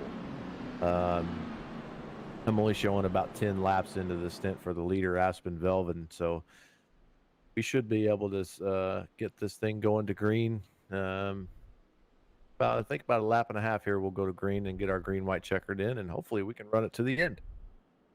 Yeah, and it looks like we've got quite a few drivers with some pretty heavily damaged machines. Looks like K.R. Stolf's night is going to come to an end. Randall Cobb still stuck on pit road. Looks like his night is going to be over with.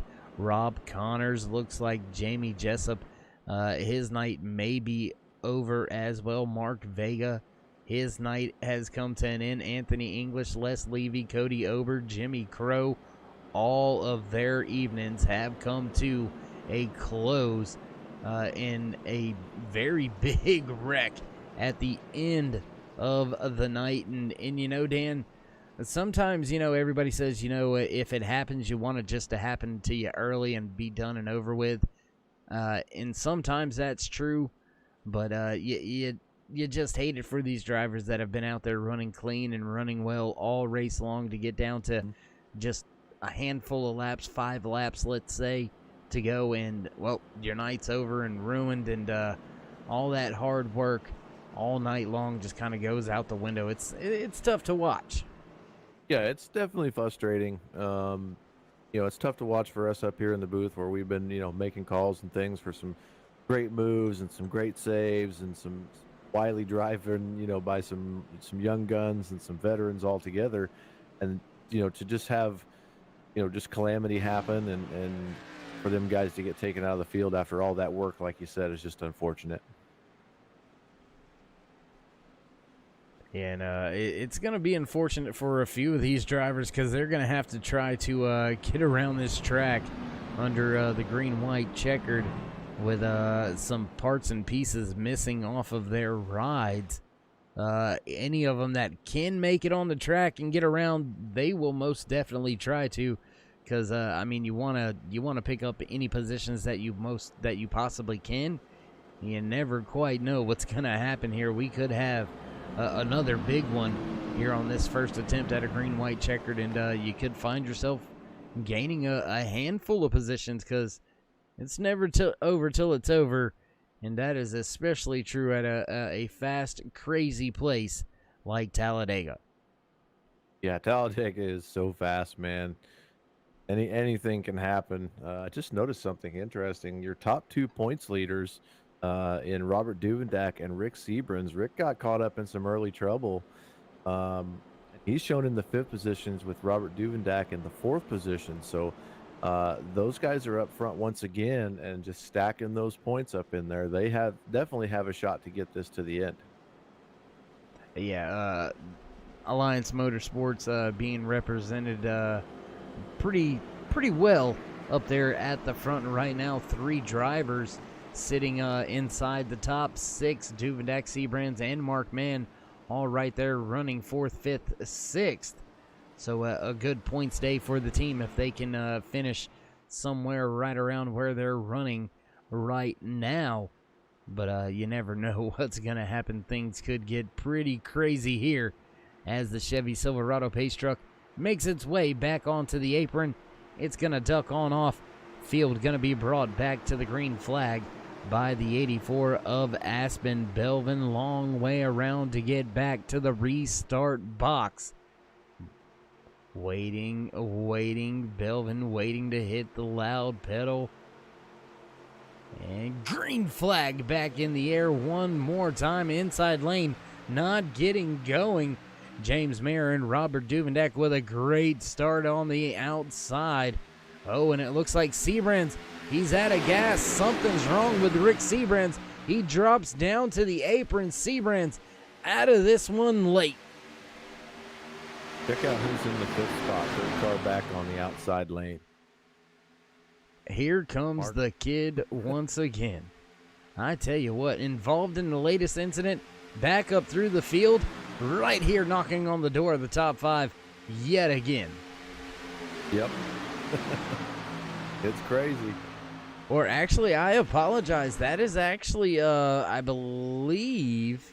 That was Mark. I was talking about Mark Mann. That's Mark Mann right there. The kid, though, here he comes. He's got a trio of cars. He's coming. He's on the way.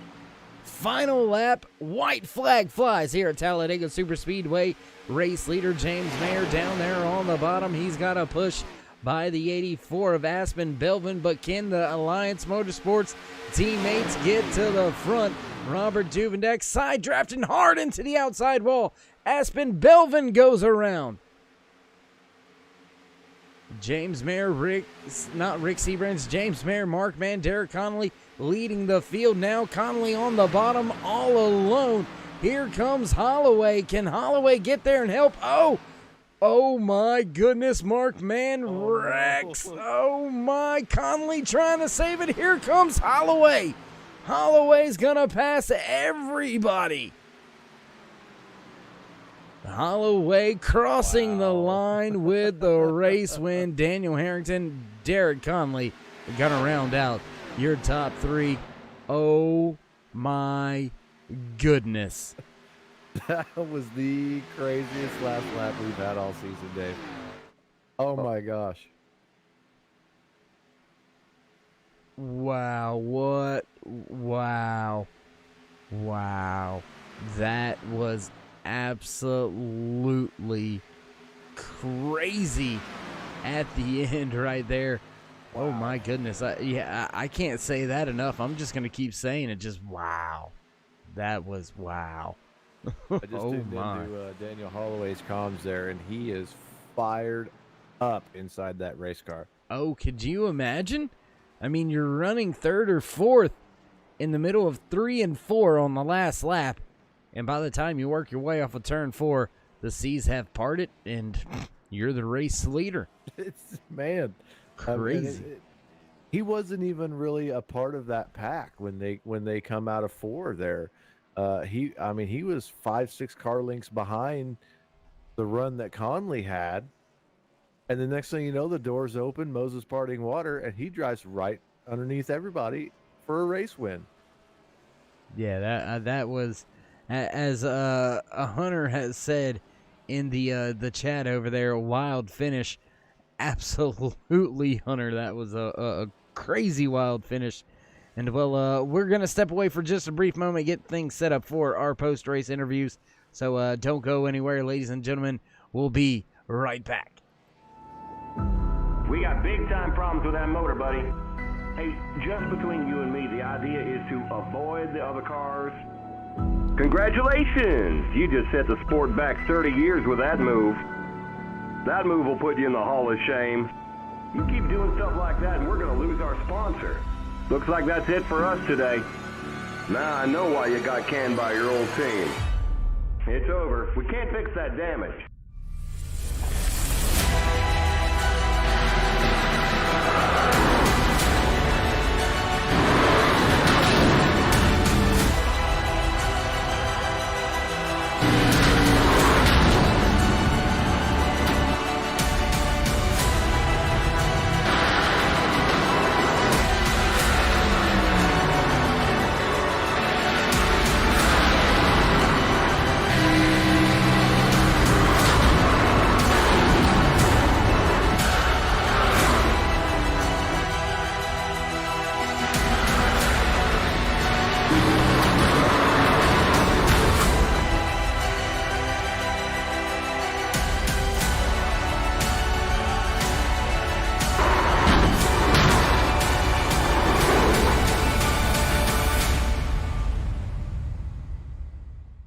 Looks like your car is toast. You'll need a tow back to pit lane. Press and hold your reset button and we'll come and get you.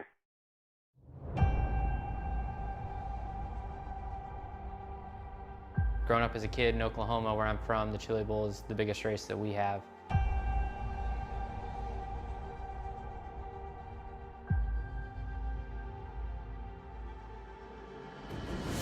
The Chili Bowl has kind of been my favorite race of the year.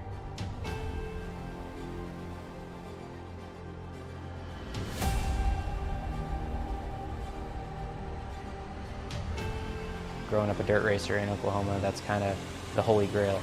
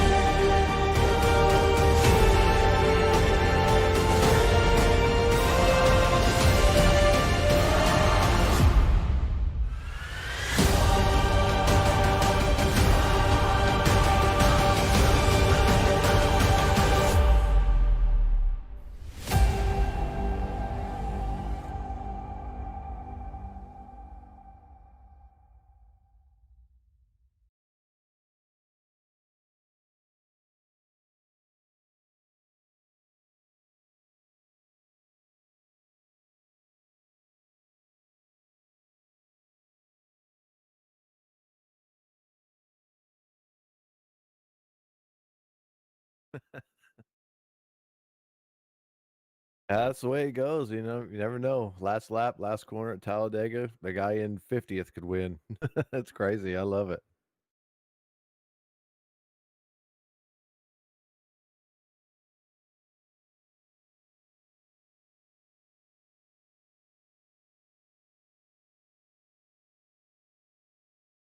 Yes, sir. How's it going, guys? Well, I'm glad now that I'm sitting still. That was a freaking handful coming to the checkered flag there.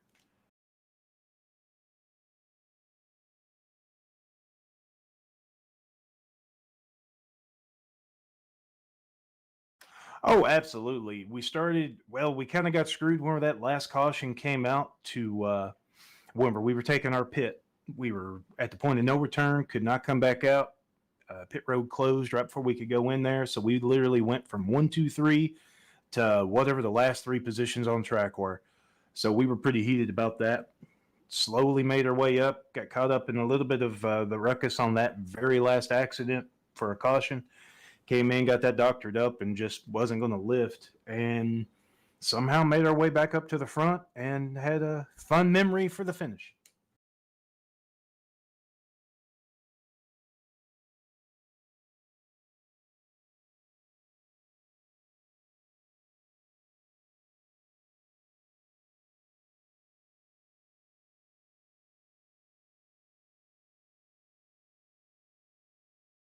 I'll be honest with you right now, with as many new winners, first time winners on the season as we've had, I think momentum is a myth right now in this league. Every single race so far has been up for grabs. Like I said, we've had only one repeat winner this season.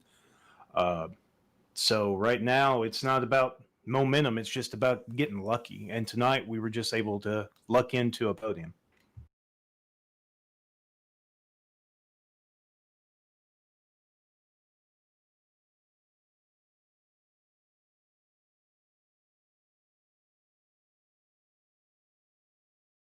Always want to thank you all up in the booth. Y'all do a great job week in and week out. Want to thank Alex, Cody, and Rob for putting on this league. We are knee deep into our 5th season. That's pretty monumental for a league that kind of, only races super speedways. I mean, we've been going strong, and I couldn't tell you how many hundreds of members we have. And then, of course, I want to thank my teammates, Josh, Hunter, Will, Ernie, best teammates anybody could think or ask for out there. And then everybody who comes in week and week out, watches us and hangs out with us. Thank you all very much. Y'all are great.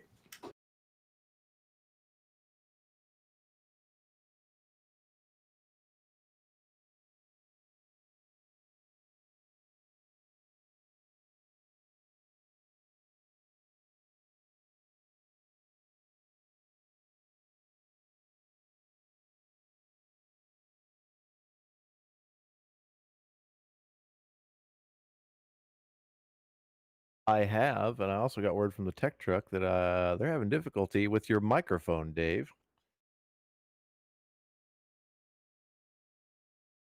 Like, there was some difficulty with the mic, and it is all rectified and cleared out now. So that is going to be, oops, on me. That's okay. No problem. We got it fixed. But I am down here with our second place podium finisher, Dan Harrington, in his 82 machine. Great drive from you, buddy. How does it feel walking away with a second place finish tonight? Oh man, this is exactly what I needed this season. I swear this season I could have been in a Kit Kat factory and still not gotten a break. I love those one-liners. Dad jokes for the win. When you were coming through four there, and you saw everything happen in front of you, what was your state of mind? Were you just like just hold it to the floor and just hope for the best and cold trickle that thing and send it through the smoke, or were you just going to try to lift a little bit and just finish where you finish?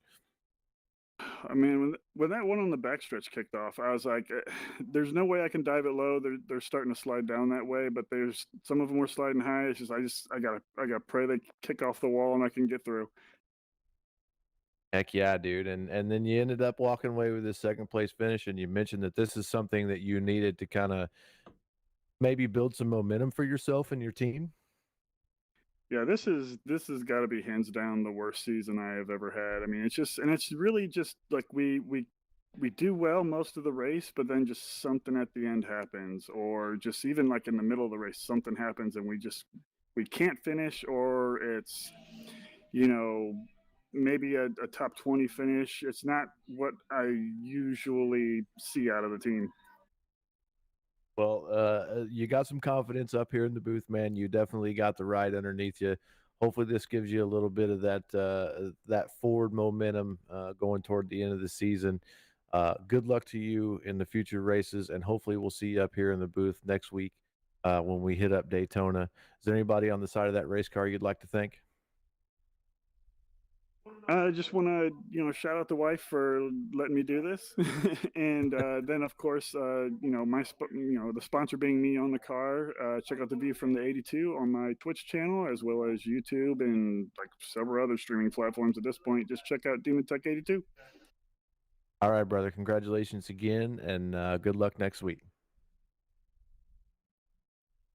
There you have it, Dave. Dan Harrington coming up in the second position. I believe you've had an opportunity to catch up with our race winner. That I have, Dan, finally catching up with the race winner, the driver of the 21 machine, Daniel Holloway. My man, how's it feel to be in victory lane? I did not expect that, and wow, what an ending. Crazy, huh?